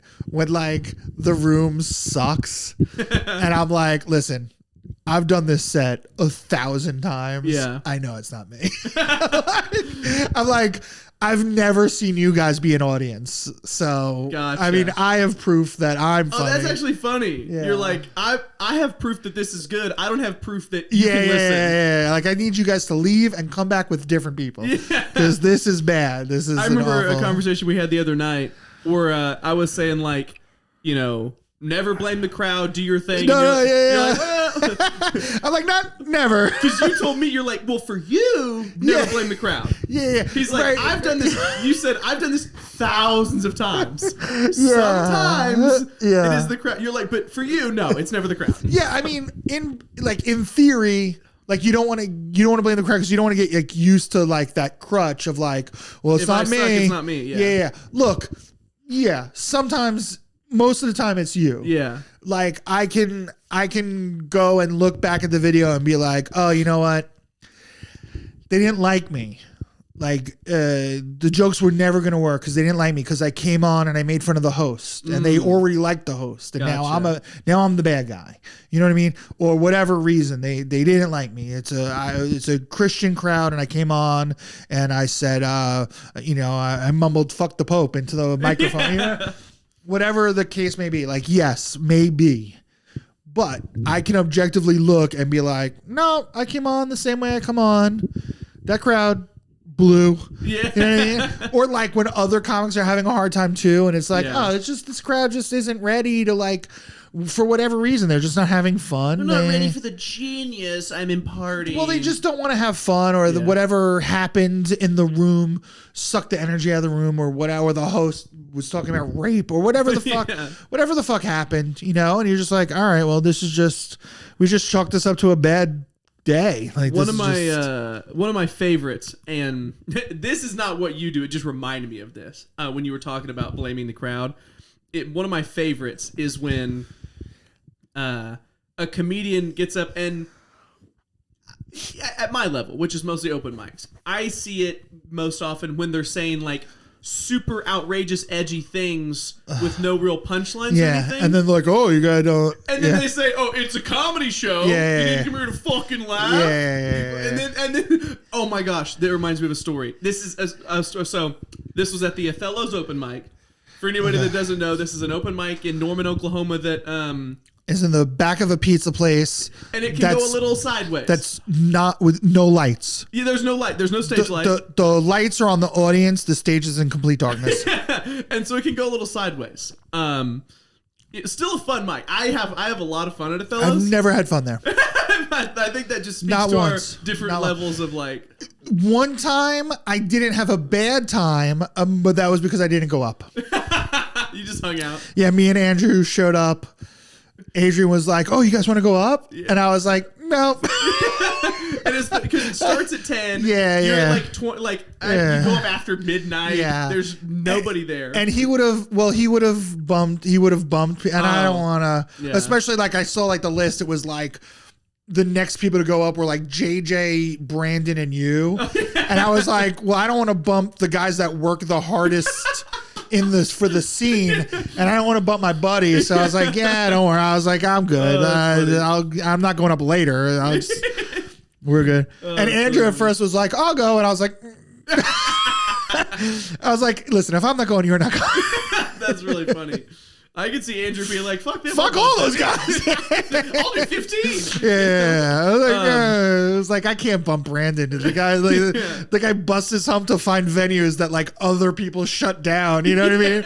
It's like, all right, you put your whole foot through a hole in the wall. The guy busts his hump to find a place you tear it apart. You're like, all right. So bad about that. Yeah. I really do. I mean, I'm sure they'll keep it. I'm sure they'll be fine. But yeah, but I left them my information and got some contractors to look at and stuff. But it's so funny. For context, at the drag show that Neil saw earlier, and it actually was an accident. No. Clearly, yeah. Clearly, it was an accident. It was. It was. Sorry. Tell you. Please tell the story. But no, it was. That was a funny aside. At Othello's, these high schoolers came to try an open mic for the first time. Okay, yeah. And this guy gets up there, and oh shit, I don't remember the first joke he said, but it was basically like, women are bitches, right? Oh, and so Jesus Christ. Everybody just kind of groans.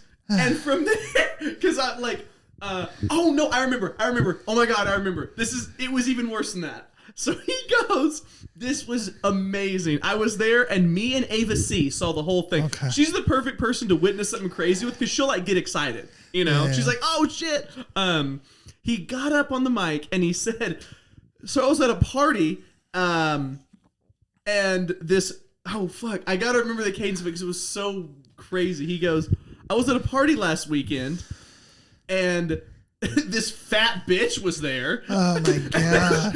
And he pauses like he's waiting for like the pop, like the laugh. And I shit you not, a girl, because there was two friend groups of high school people there, a girl says, fuck you, she's not fat. Well, she might be. His response was like, oh, suck my dick, you libtard. Oh my God. And he's like, oh, go vote for Biden. And then somebody was like, oh, shut the fuck up. And he was like, wah, wah. So he does like a minute and a half, and he's like, fuck you guys, this is a comedy show. Yeah, and he gets off. Yeah. Well, right joke. Yeah, it's a comedy. Right jokes. It was amazing. Yeah, I fuck just that love guy. that he said he was like some fat bitch at a party, and then a girl's like, she wasn't fucking fat. And then he called her a libtard, told her to vote for Biden, and made crying noises. That guy sucks. And he made the Comedy Classic final. No, I'm just kidding. Yeah, that guy's the pits. That was really funny. It reminds me of like completely opposite. You know Maximo Machinin? I do not. New York kid. Okay. He's got a joke where he worked with a guy named PHAT space HO. Like a Vietnamese guy or whatever. Oh, that's his real name. Okay. Yeah, a guy from Thailand who's like, his name was Fat Ho. And he's like, it's really awkward because at work I have to be like, hey, Fat Ho. Can you get his attention for me? That's really funny. That's really funny. Oh no, he says it's awkward because I'm like, oh, that's my friend Fat Ho, but you can't see him because he's standing behind a Fat Ho. I think that's it. Oh, Whatever. I'm butchering it. Go watch Maximo Achinen's fucking. Have you ever reels. heard of a guy He's named brilliant. Jamie Wolf in New York City? Yeah, he has him and Lucas Zelnick had a venue called Sesh Comedy. I think they sold it. Oh, they did. Okay. But they like started this like really cool space during the pandemic. I don't know. I mean, I know Jamie Wolf a little bit from the mics. I never met Lucas, but he opens for the woman Ashley Gavin, who I opened for quite a bit. Okay, gotcha. I get to work for her when he's not working for her. Yeah, apparently they're apparently they're very funny and. Well, the Jamie guy I discovered on Instagram kind of through Hamza's circle, and he posted a joke that made me laugh so hard the other day, and he said like, it was just, I'm not going to tell the whole bit, but the short bit was basically that and I'll have to send it to you because it is brilliant. He thought he might be gay, so he like wanted to watch gay porn to see, and he was like, it's kind of like taking a rapid COVID test where like, the rapid test comes back and like you don't have COVID, but then you get the PCR test and it's like, no, you're gay. Yeah. and it keeps going, and the whole bit is like he watches it, and after he watches porn, he's like, maybe I'm homophobic. And he's like, not because I hate gay people, but like that scared me. And he and it's like he talks about some little twink that couldn't pay, and he's like, so I always carry cash, and it was, it was really funny. I'll have to send it to you. It made me laugh a lot. Yeah. Those guys, I mean, I can tell it's really killing you. Like, no, they made their own stage time, and they did a great job, and looking forward to meeting and working with them when I get back to the East Coast. I'll send him this tape. Like, Neil loves you. Yeah. Neil said nice things. Yeah. The last question I wanted to ask you was, we talk a lot about like growing your audience as a comedian because it's different now than it ever has been. There's a lot of different ways to do it. One of the most popular ways is like posting crowd work clips. And when we talk, you're not the biggest fan of crowd work. Yeah. But I will say, because I want your opinion on it, when you choose to do it, it is excellent. It's like the best, like all these crowd work clips I see, you do it sparingly, and when you do it, it is so funny. I wonder... and then the clips you have posted... Oh, you're welcome. The clips you have posted of you doing crowd work do really well. So I wonder, does that change your mind a little bit, or are you still, it's not your thing? One, I guess quality over quantity. Okay. So I'll do it sparingly. I prefer to do it only when it's absolutely necessary. The fire alarm goes off. Yeah. The woman next to me is being distracting. Someone shouts out at me. There's an elephant in the room. Anytime there's an elephant in the room, you got to address it because they're not going to listen to you. Yeah. So you're more using crowd work as a tool, rather than you're going up there looking for a clip. No. Because I do think a lot of people go up there looking for a clip, and that's the worst. Okay. It ruins. I think that ruins comedy, and I know that other people think the same. Yeah. Like I'm not out on a limb being like these crowd work clips are ruining comedy because one, audiences think, oh, I'm helping. Yeah. And then I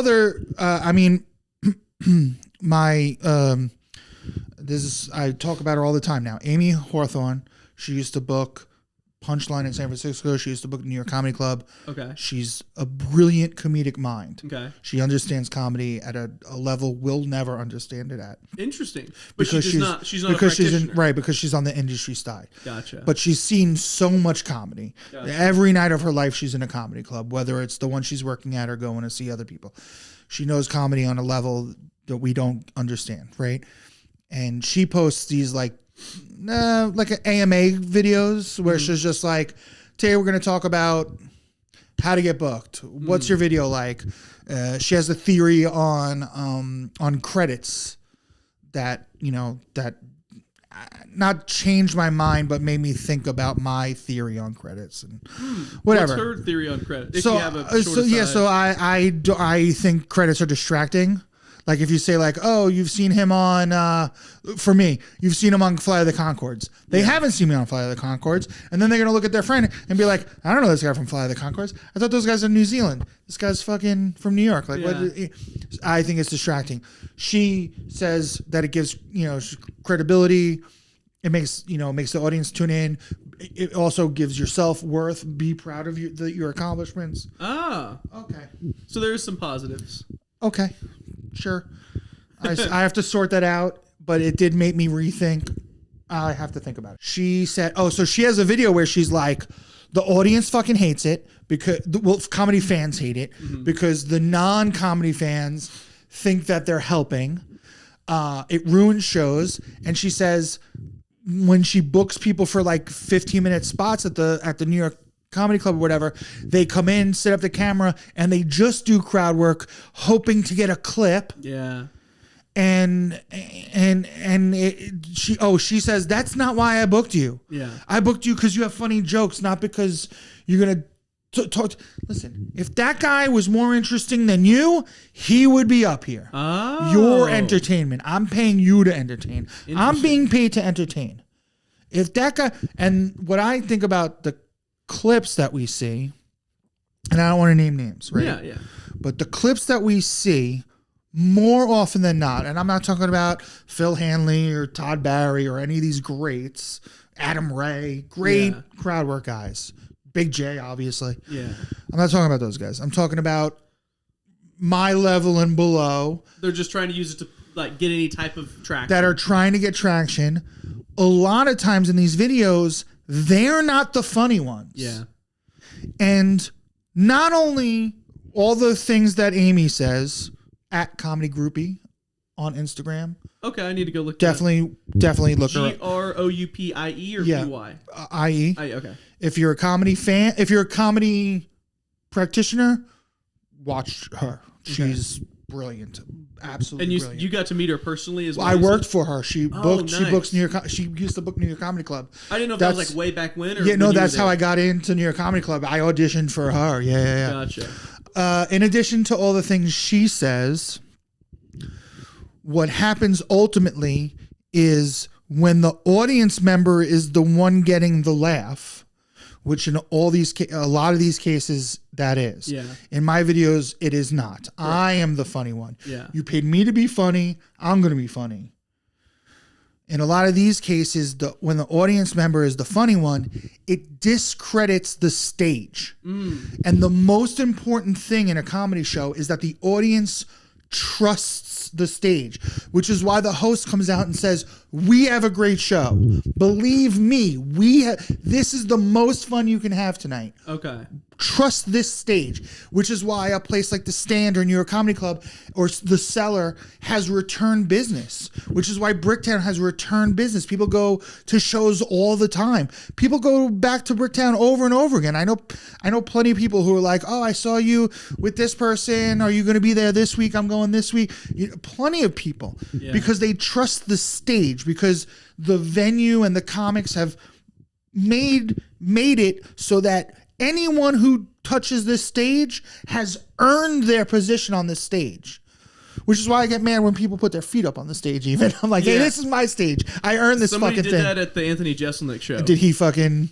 He was not happy. Yeah, because this is my stage. You know how hard I had to fucking work to get 10 minutes on this stage? Yeah. And you're gonna fucking ruin it? A lady put her purse on the stage too. No, go. That's not cool. No. But she actually, I'm short of say, she was trying to record. She had her camera on, and so she put her. Hell no! And her camera was on her purse. Oh hell no! Yeah, and he was like, "This is not allowed. None of this is gonna happen." Yeah. No, hell no. Yeah. Whatever. The stage, the putting your feet on the stage. That's nitpicky like comic thing where we're like, hey, wait a minute, I don't put my feet on your fucking furniture. Yeah. But it's that's impolite. that's a side. It's impolite, but that's a side thing. People don't know that that's a thing. But what they do know is that if I fucking got on this stage, I earned it. Mm-hmm. And so you trust the stage.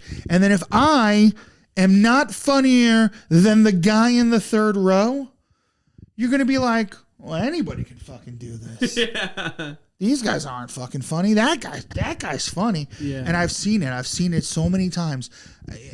And you know how I am. I'm like, don't ask questions. I'm like, don't ask questions. A guy comes out and what? Anybody believe in reincarnation? Oh, I love this story. Yo, tell your fucking dumb joke, dude. Don't rely on the audience. Tell your dumb joke. Listen, if it's check spot, if there's extenuating, if there's a plan for it, okay, fine. Tim Dillon has 30 ice cream flavors that he wants to talk. Yeah. He's earned the right to do that. You know what I mean? I'm not talking about those guys. I'm talking about guys at my level, your level, that are not prepared for the chaos they're inviting. Yeah. They're not ready for it. You see it all the time in these clips. They're not ready for it. And they're laughing at the fucking thing the person said. You're the one being funny. You're the one paid to be funny. We saw that guy. He talks about reincarnating. He asks a guy in the crowd, "Oh, what would you come back as?" Why are you asking this guy? Yeah. What are you coming back as? And then the guy's answer was great. The guy's answer was so much funnier than this guy had been the whole 7 minutes he'd been on stage. What did he say again? Do you remember? I don't want to say because it'll be a thing. Oh, okay. He was funny. Okay. And now the audience is like, what do we need this guy for? This guy is funny. Yeah. Put this guy up there. And so now the next guy who comes out has to dig out of that fucking hole. Gotcha. Because we don't trust anybody anymore. Oh, this guy's going to suck too. Oh, he's got a fucking dumb beard and stupid hair. You know what I mean? You're not making eye contact. You know what I'm saying? So that's to me the thing. But I mean, who the fuck am I, right? I don't know. I just do what I do, and then you make a lot of good points. Actually, everyone do what everyone do what you want to to do. It's a fucking chaos. Who am I? I don't want to invite chaos. If chaos happens, I think I'm good enough now. I'm prepared for the chaos. Okay. I wasn't always. Yeah. And I'm not always. Sometimes I'm in a bad mood. Sometimes I'm not ready to deal with this, and something happens, and I'm like, well, I'm just gonna stand here for 10 minutes. What are we doing? You know? Yeah. You know, the fire alarm goes off. That was funny. I mean, you see it in my face. I'm like, and you know, I could have just fucking stood there sad. And I saw another video. I don't want to say. I saw another video of a fire alarm going off, and the comic didn't have anything for it. Oh yeah. And I was like, oh, how come that one's got 48 billion views and I have 2K? All right. It was like, oh, yeah, you got to put the title big in the thing, and I'm like, that guy's on a fucking handheld like this. Don't tell me I gotta play the game, but this guy doesn't have to play the game. All right, okay. A guy named there's a Tulsa comic, and he uploads his clips like 10 times each, and they do different every time, and inevitably one of them will get like 10,000 views. So maybe just do that. Maybe upload the old ones. You know? Every day I keep fucking posting the same 10 videos. Especially to TikTok, because TikTok is... Well, I'm done with TikTok. Oh, you're done? I'm done with... I'm not... Done. Listen, this and whatever, it's personal, and oh, well, then you're never going to get big. Okay, then I'm never going to get big. But I refuse to participate, one, in a platform that doesn't fucking pay. Yeah, that's true. Two, intellectual property is a zero... No one gives a shit. Like stealing ideas you're supposed to. Yeah, a woman lip syncing with no credit whatsoever to the comedian. And then everyone's like, oh, you're so funny. Or like Stitch. They stitch. And then this person gets no views and you get 1 billion views. And like no one gives a fuck that it's this guy's. You're just sitting next to him like. That is a weird. What the fuck is that? And we're watching that. Fuck all that shit. Yeah. And then also, the real thing that gets me is if I say, fuck, I get buried for 48 hours or 39 days or whatever the fucking algorithm is. But a girl where you see her pubic hair, shakes her tits pretending to be fucked, pantomiming a blowjob, and then in the caption is, would you bang this? She's got 1 billion views. But because I said fuck, I get buried. I get 300 views, even though I have 30,000 followers. Okay, bye. I don't care. I don't care. I can see where you're coming from. It's not worth it. It makes me feel so bad. Okay, that makes sense. I refuse to be a part of it. And I'm done. I think I'm done posting to Instagram too. Really? I'll do the stories because it's fun for me. Yeah. But the actual grid, I might be done. Yeah. I might be. I mean, I have 2 videos in the chamber right now, and a video just did like 15K, which I'm like, all right. They're getting you back in, baby. So we'll see about Instagram. But Facebook, I've got several videos that are over 1 million. Yeah. YouTube paid my rent for several months. Yeah. I think YouTube's the best one. Yeah, YouTube's the best one by far. And Facebook's pays now too. I got a couple of checks from them already. Hey, there we go. So, all right. I mean, yeah, I'll do that. That's cool. You're showing it to my people. You're showing it to other people. Oh, what am I? I got no beef with that. But hey, Instagram, YouTube's the best one. And to me, the proof is that anyone who does other things also does YouTube. They want to be on YouTube. Yeah, everyone also does YouTube. Yeah. So it's like, oh, it's YouTube's Even people with huge TikTok audiences, they want to be on YouTube. Yeah. Hey, follow me on my... I think YouTube is less of a, because I think just the way a lot of the stuff is designed, it's more about just showing like content on a feed to a person rather than building an audience. Like YouTube, you curate an audience a little more. Yeah, and I think also what's interesting about YouTube, it's television now. Yeah. It's where we go to watch television. We go to watch long form things. We put on a podcast that's an hour and a half long. Mm-hmm. We put on a comedy special that's an hour long. We put on a game demo that's an hour long. Yeah. A cooking show. That's all I watch now. Cooking shows on YouTube, some podcasts, some baseball content, and and then I turn on the Food Network for the things that I can't get on. Yeah. Yeah, so YouTube, I think, it's its own little thing.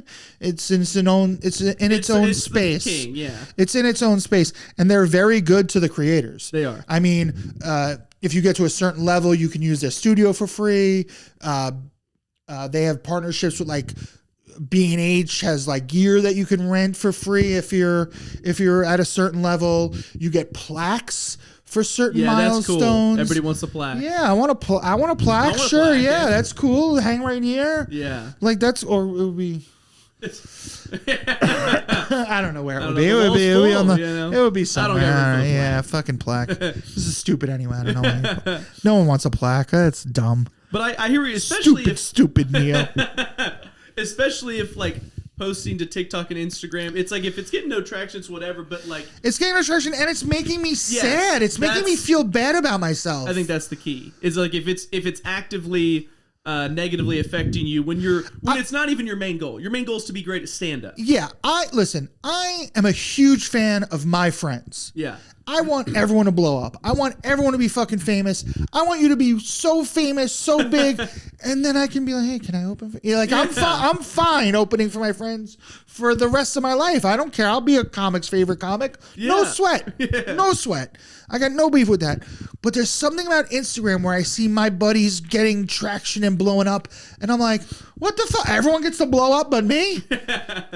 Yeah, dude, comparison is the thief of joy is what my mom always says. She's very wise. Oh, yeah. And I try not to compare myself. It's almost impossible not to, though, because of the way those platforms are designed. Yeah, my buddy Max Price, he's a dope comic from St. Louis. He gave me like a little bit of a lecture like yesterday or today because I said something publicly where I was like, duh, and he was like, dude, like what, like, gotta stay focused, man. Like it's a marathon, it's not a sprint. Like just fucking, you're a killer. Just keep killing. Like you'll make it or whatever. I don't think I will, but I whatever. Think you will. Yeah, but the algorithm says some I people won't. try to prove their haters wrong. You're gonna prove you wrong. Yeah, right. Well, I'm the biggest problem. But I don't know, man. I don't know. It just makes me feel fucking terrible. I think all that, like, algorithms, social media aside, the parts that... Sorry, one more thing. Yeah, go in. I have some friends with a lot of traction. Yeah. No. You don't want to say it? No. Thought pulling back? Yeah. What I want to say is algorithms, followers, whatever aside, my favorite parts are like this. Having the great conversations with, comics and people you really like, hanging out at a show where you're going up and everybody's killing and like being in that room. Yeah. That's the best part. And that we're all just trying to get more of that, So We Might Be Drunk, Sam Morril and Mark Norman's podcast. Nate Bargatze was on. I'm a huge...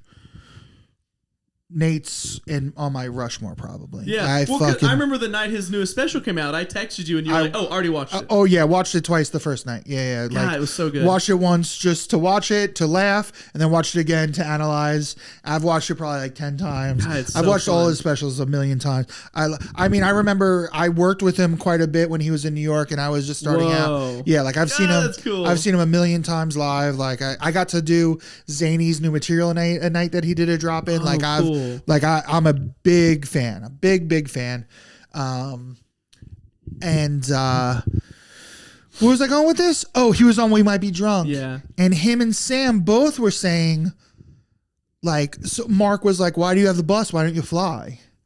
And both of them were like, we want to hang out with our friends. Yeah. Like that's 100%. I mean, that's why I want to get bigger. Like that's why I want to get successful is like, one, I want to be able to bring my friends and make them famous. Yeah, that'd be sick. That'd be sick. And even if it doesn't get to that level, I just want to be able to afford to hang out with my friends. I just want, if you guys have a show, again, back to the fucking thing before, if you guys have a cool show on a Sunday night, it's like, I want to come there. Yeah. You know what I mean? Like I want to be able to afford to go there. Yeah. And I'm a simple guy. I don't need a lot of things. I don't ever need to own a home or whatever. I just want a place where I can leave my shit. I mean, very little shit, 13 boxes of shit and a guitar and 2 gold records. That's all. And I want to be able to afford to travel and go do comedy, all these places. And what else do I need? You know what I mean? My car, I guess. And, eat. I eat a lot, I guess. Yeah. You just want to tell jokes for people that appreciate them and get to hang out with your friends that, make you feel a sense of community. And not just comedy. The Comedy Buddy is great. Like I want to go to friends. I want to go to the diner after the comedy show and talk about what we just did and be like, oh, like that joke. Oh, I love what you did with that joke. Like, oh, the way you sat in that bit, or like, oh, I can't believe you fucking kicked a hole in that wall, bro. Like, dude, like, or like, oh yeah, like that went on too long. Like your disability came out for a second. I remember you said during the dance competition you had to walk outside because everybody was just laughing at a disabled kid at that point. I was like, I think I could feel that. Yeah, I was like, oh, we're making fun of the autistic kid now. This doesn't feel good. I was at the point where I had become the feral animal. Yeah, I'm gonna. Yeah, I was like, I'm gonna have to go outside for a second. At that point, I was doing whatever it took. Yeah. I mean, you were. Oh yeah, that's great. But also fans that you become friends with. I love that, dude. Yeah. Like, I love when someone hits you up on Instagram and is like, oh, I saw you at the couple. Yeah. The interesting couple. Yeah. That clip did 1 million views on Facebook. Yeah. She saw it. Oh boy. She texted me and she's like, I saw the clip today. You're so funny. I can't wait. I saw that you're coming back in April. We can't wait to come see you again. How cool is that? So cool. That's like awesome. That's what it's about. Like that to me is what it's about. There's this kid Dave in Charlotte that's like, every time I'm there. He's in the front. He's laughing his ass off. He's offering me places to stay. I'm gonna come. Just like, and I mean, it's just there's a woman. Dude, it's the fucking coolest shit, dude. As a woman in Connecticut that saw that I was coming to Connecticut, she'd already seen me, and she Facebook messaged me, and she's like, hey, I see you're in Connecticut. Me and my boyfriend are going to come to the show. I have a lake house in Connecticut. If you ever need to crash, it's yours. You're like, well, I need to fucking crash. And I've stayed at her place like 6 times now. Oh my God. Like for days at a time. When she's not even there sometimes. She's like, her and her boyfriend are like on vacation. Wow. And she's like, oh yeah, just go use the How cool is that? It's the coolest. And that's It's just I'm happens. funny and I'm nice and that's it. Like, it's just so fucking great. It's so great. It really is. Like, it's so much fun to just.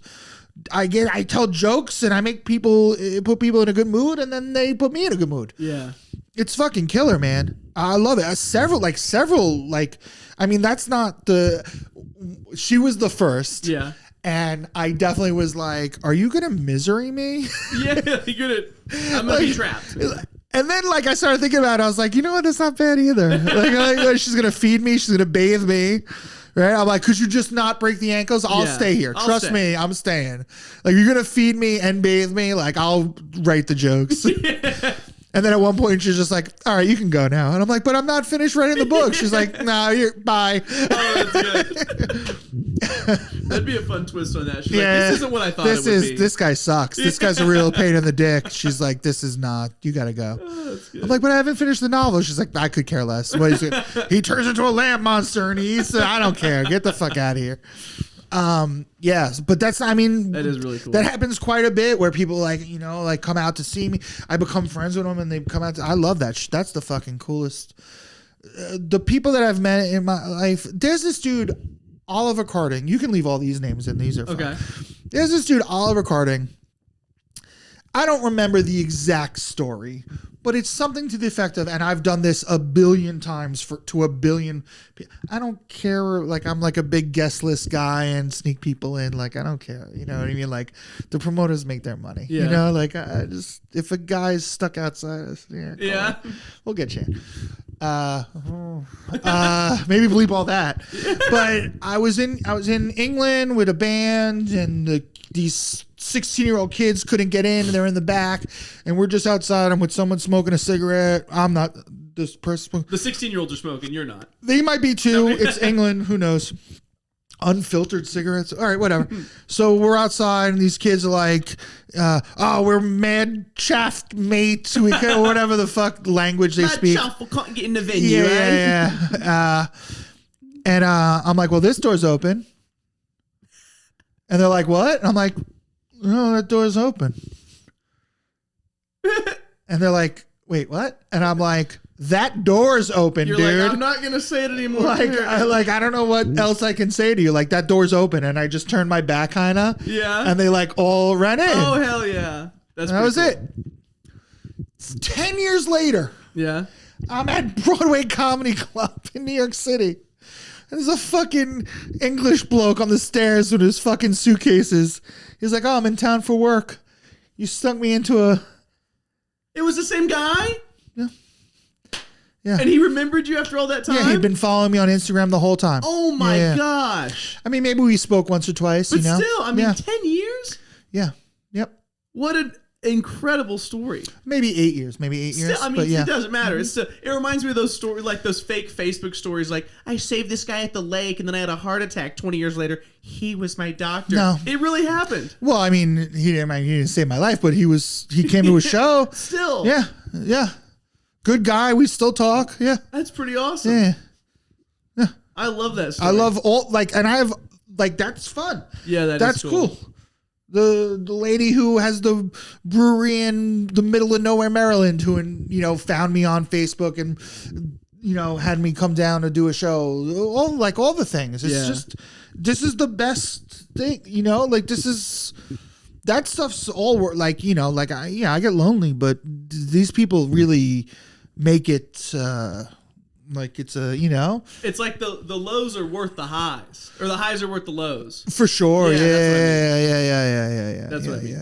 Yeah. Dude, this has been a lot of fun. I want to end it on that positive. All right, those stories. That's great. Because if we talk for 2 more seconds, we're gonna get. Yeah. I just like the feeling of we talked about some of the struggles and this and that, but then, bringing it back around to the people you meet along the way, getting to do comedy. Getting to form these relationships. I think that's awesome. Yeah. And also my friends, I've been going to see bands my whole life. Yeah. Thursday, Internal Bleeding, Taking Back Sunday. And then those guys come see you. And it's fucking cool. Steve from Thursday has seen me at my work. When I was awful, Chris from Internal Bleeding comes to all my shows when I'm in New York. Taking Back Sunday guys come to see me when I'm in Charlotte. the Motion City guys, forget it. Jesse's been to like every one of my shows. Like they brought me on tour. Like forget like those guys are like the Hall of Fame friends. You know, like my buddy, Men, Women, and Children. Todd comes out to see me all the time. It's just like it's just like you become friends with people, and you just like I don't know, everyone. You know what I mean? Like you go see them, and then they go see you, and you're like, you didn't. That's not why you did it. You know what I mean? But it's just like everyone just wants to help everyone out. You know, you like, see somebody else that's grinding in a creative space, and you're you're excited. For art is art, and you Jack from Bayside come see me, saw me at Zany's, was give me a place to stay, all this stuff. I've heard Zany's is a really cool Zany's in Nashville. I mean, they just got it right. It's the best. They just fucking got it right. I will. All like across the board, like all the marks. Like McCurdy's is a great place to perform, but they get a few things incorrect. But they always pack it. Yeah. Like you never have to worry about selling tickets. Like anybody can headline there, and they're just gonna make sure that the audience is. That's a great place. But Zany's across the board nail it. Like everyone. Like, yeah, I remember I was there. I brought a friend, and it was new joke night. Yeah. And they were like, "All right, anybody want anything?" And it was like, "Anybody want anything to eat?" And it was like, there was like 12 or 13 of us on the show.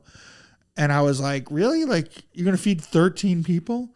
Like, I thought like that's reserved for headliners. And the waiter was like, "Well, you're going to be a headliner one day, right?" Whoa. And I was like, how cool is that? I was like, all right. And then also my friend who was sitting at a table that I brought, can I bring my friend in? They were like, oh, have her sit with the comics. My friend who was just at the table, they gave her food too for free. Dang. I was like, what is going on here? Like they just treat everybody like kings. Shout out to Zany's. That's cool. Zany's Nashville. I haven't done the other ones.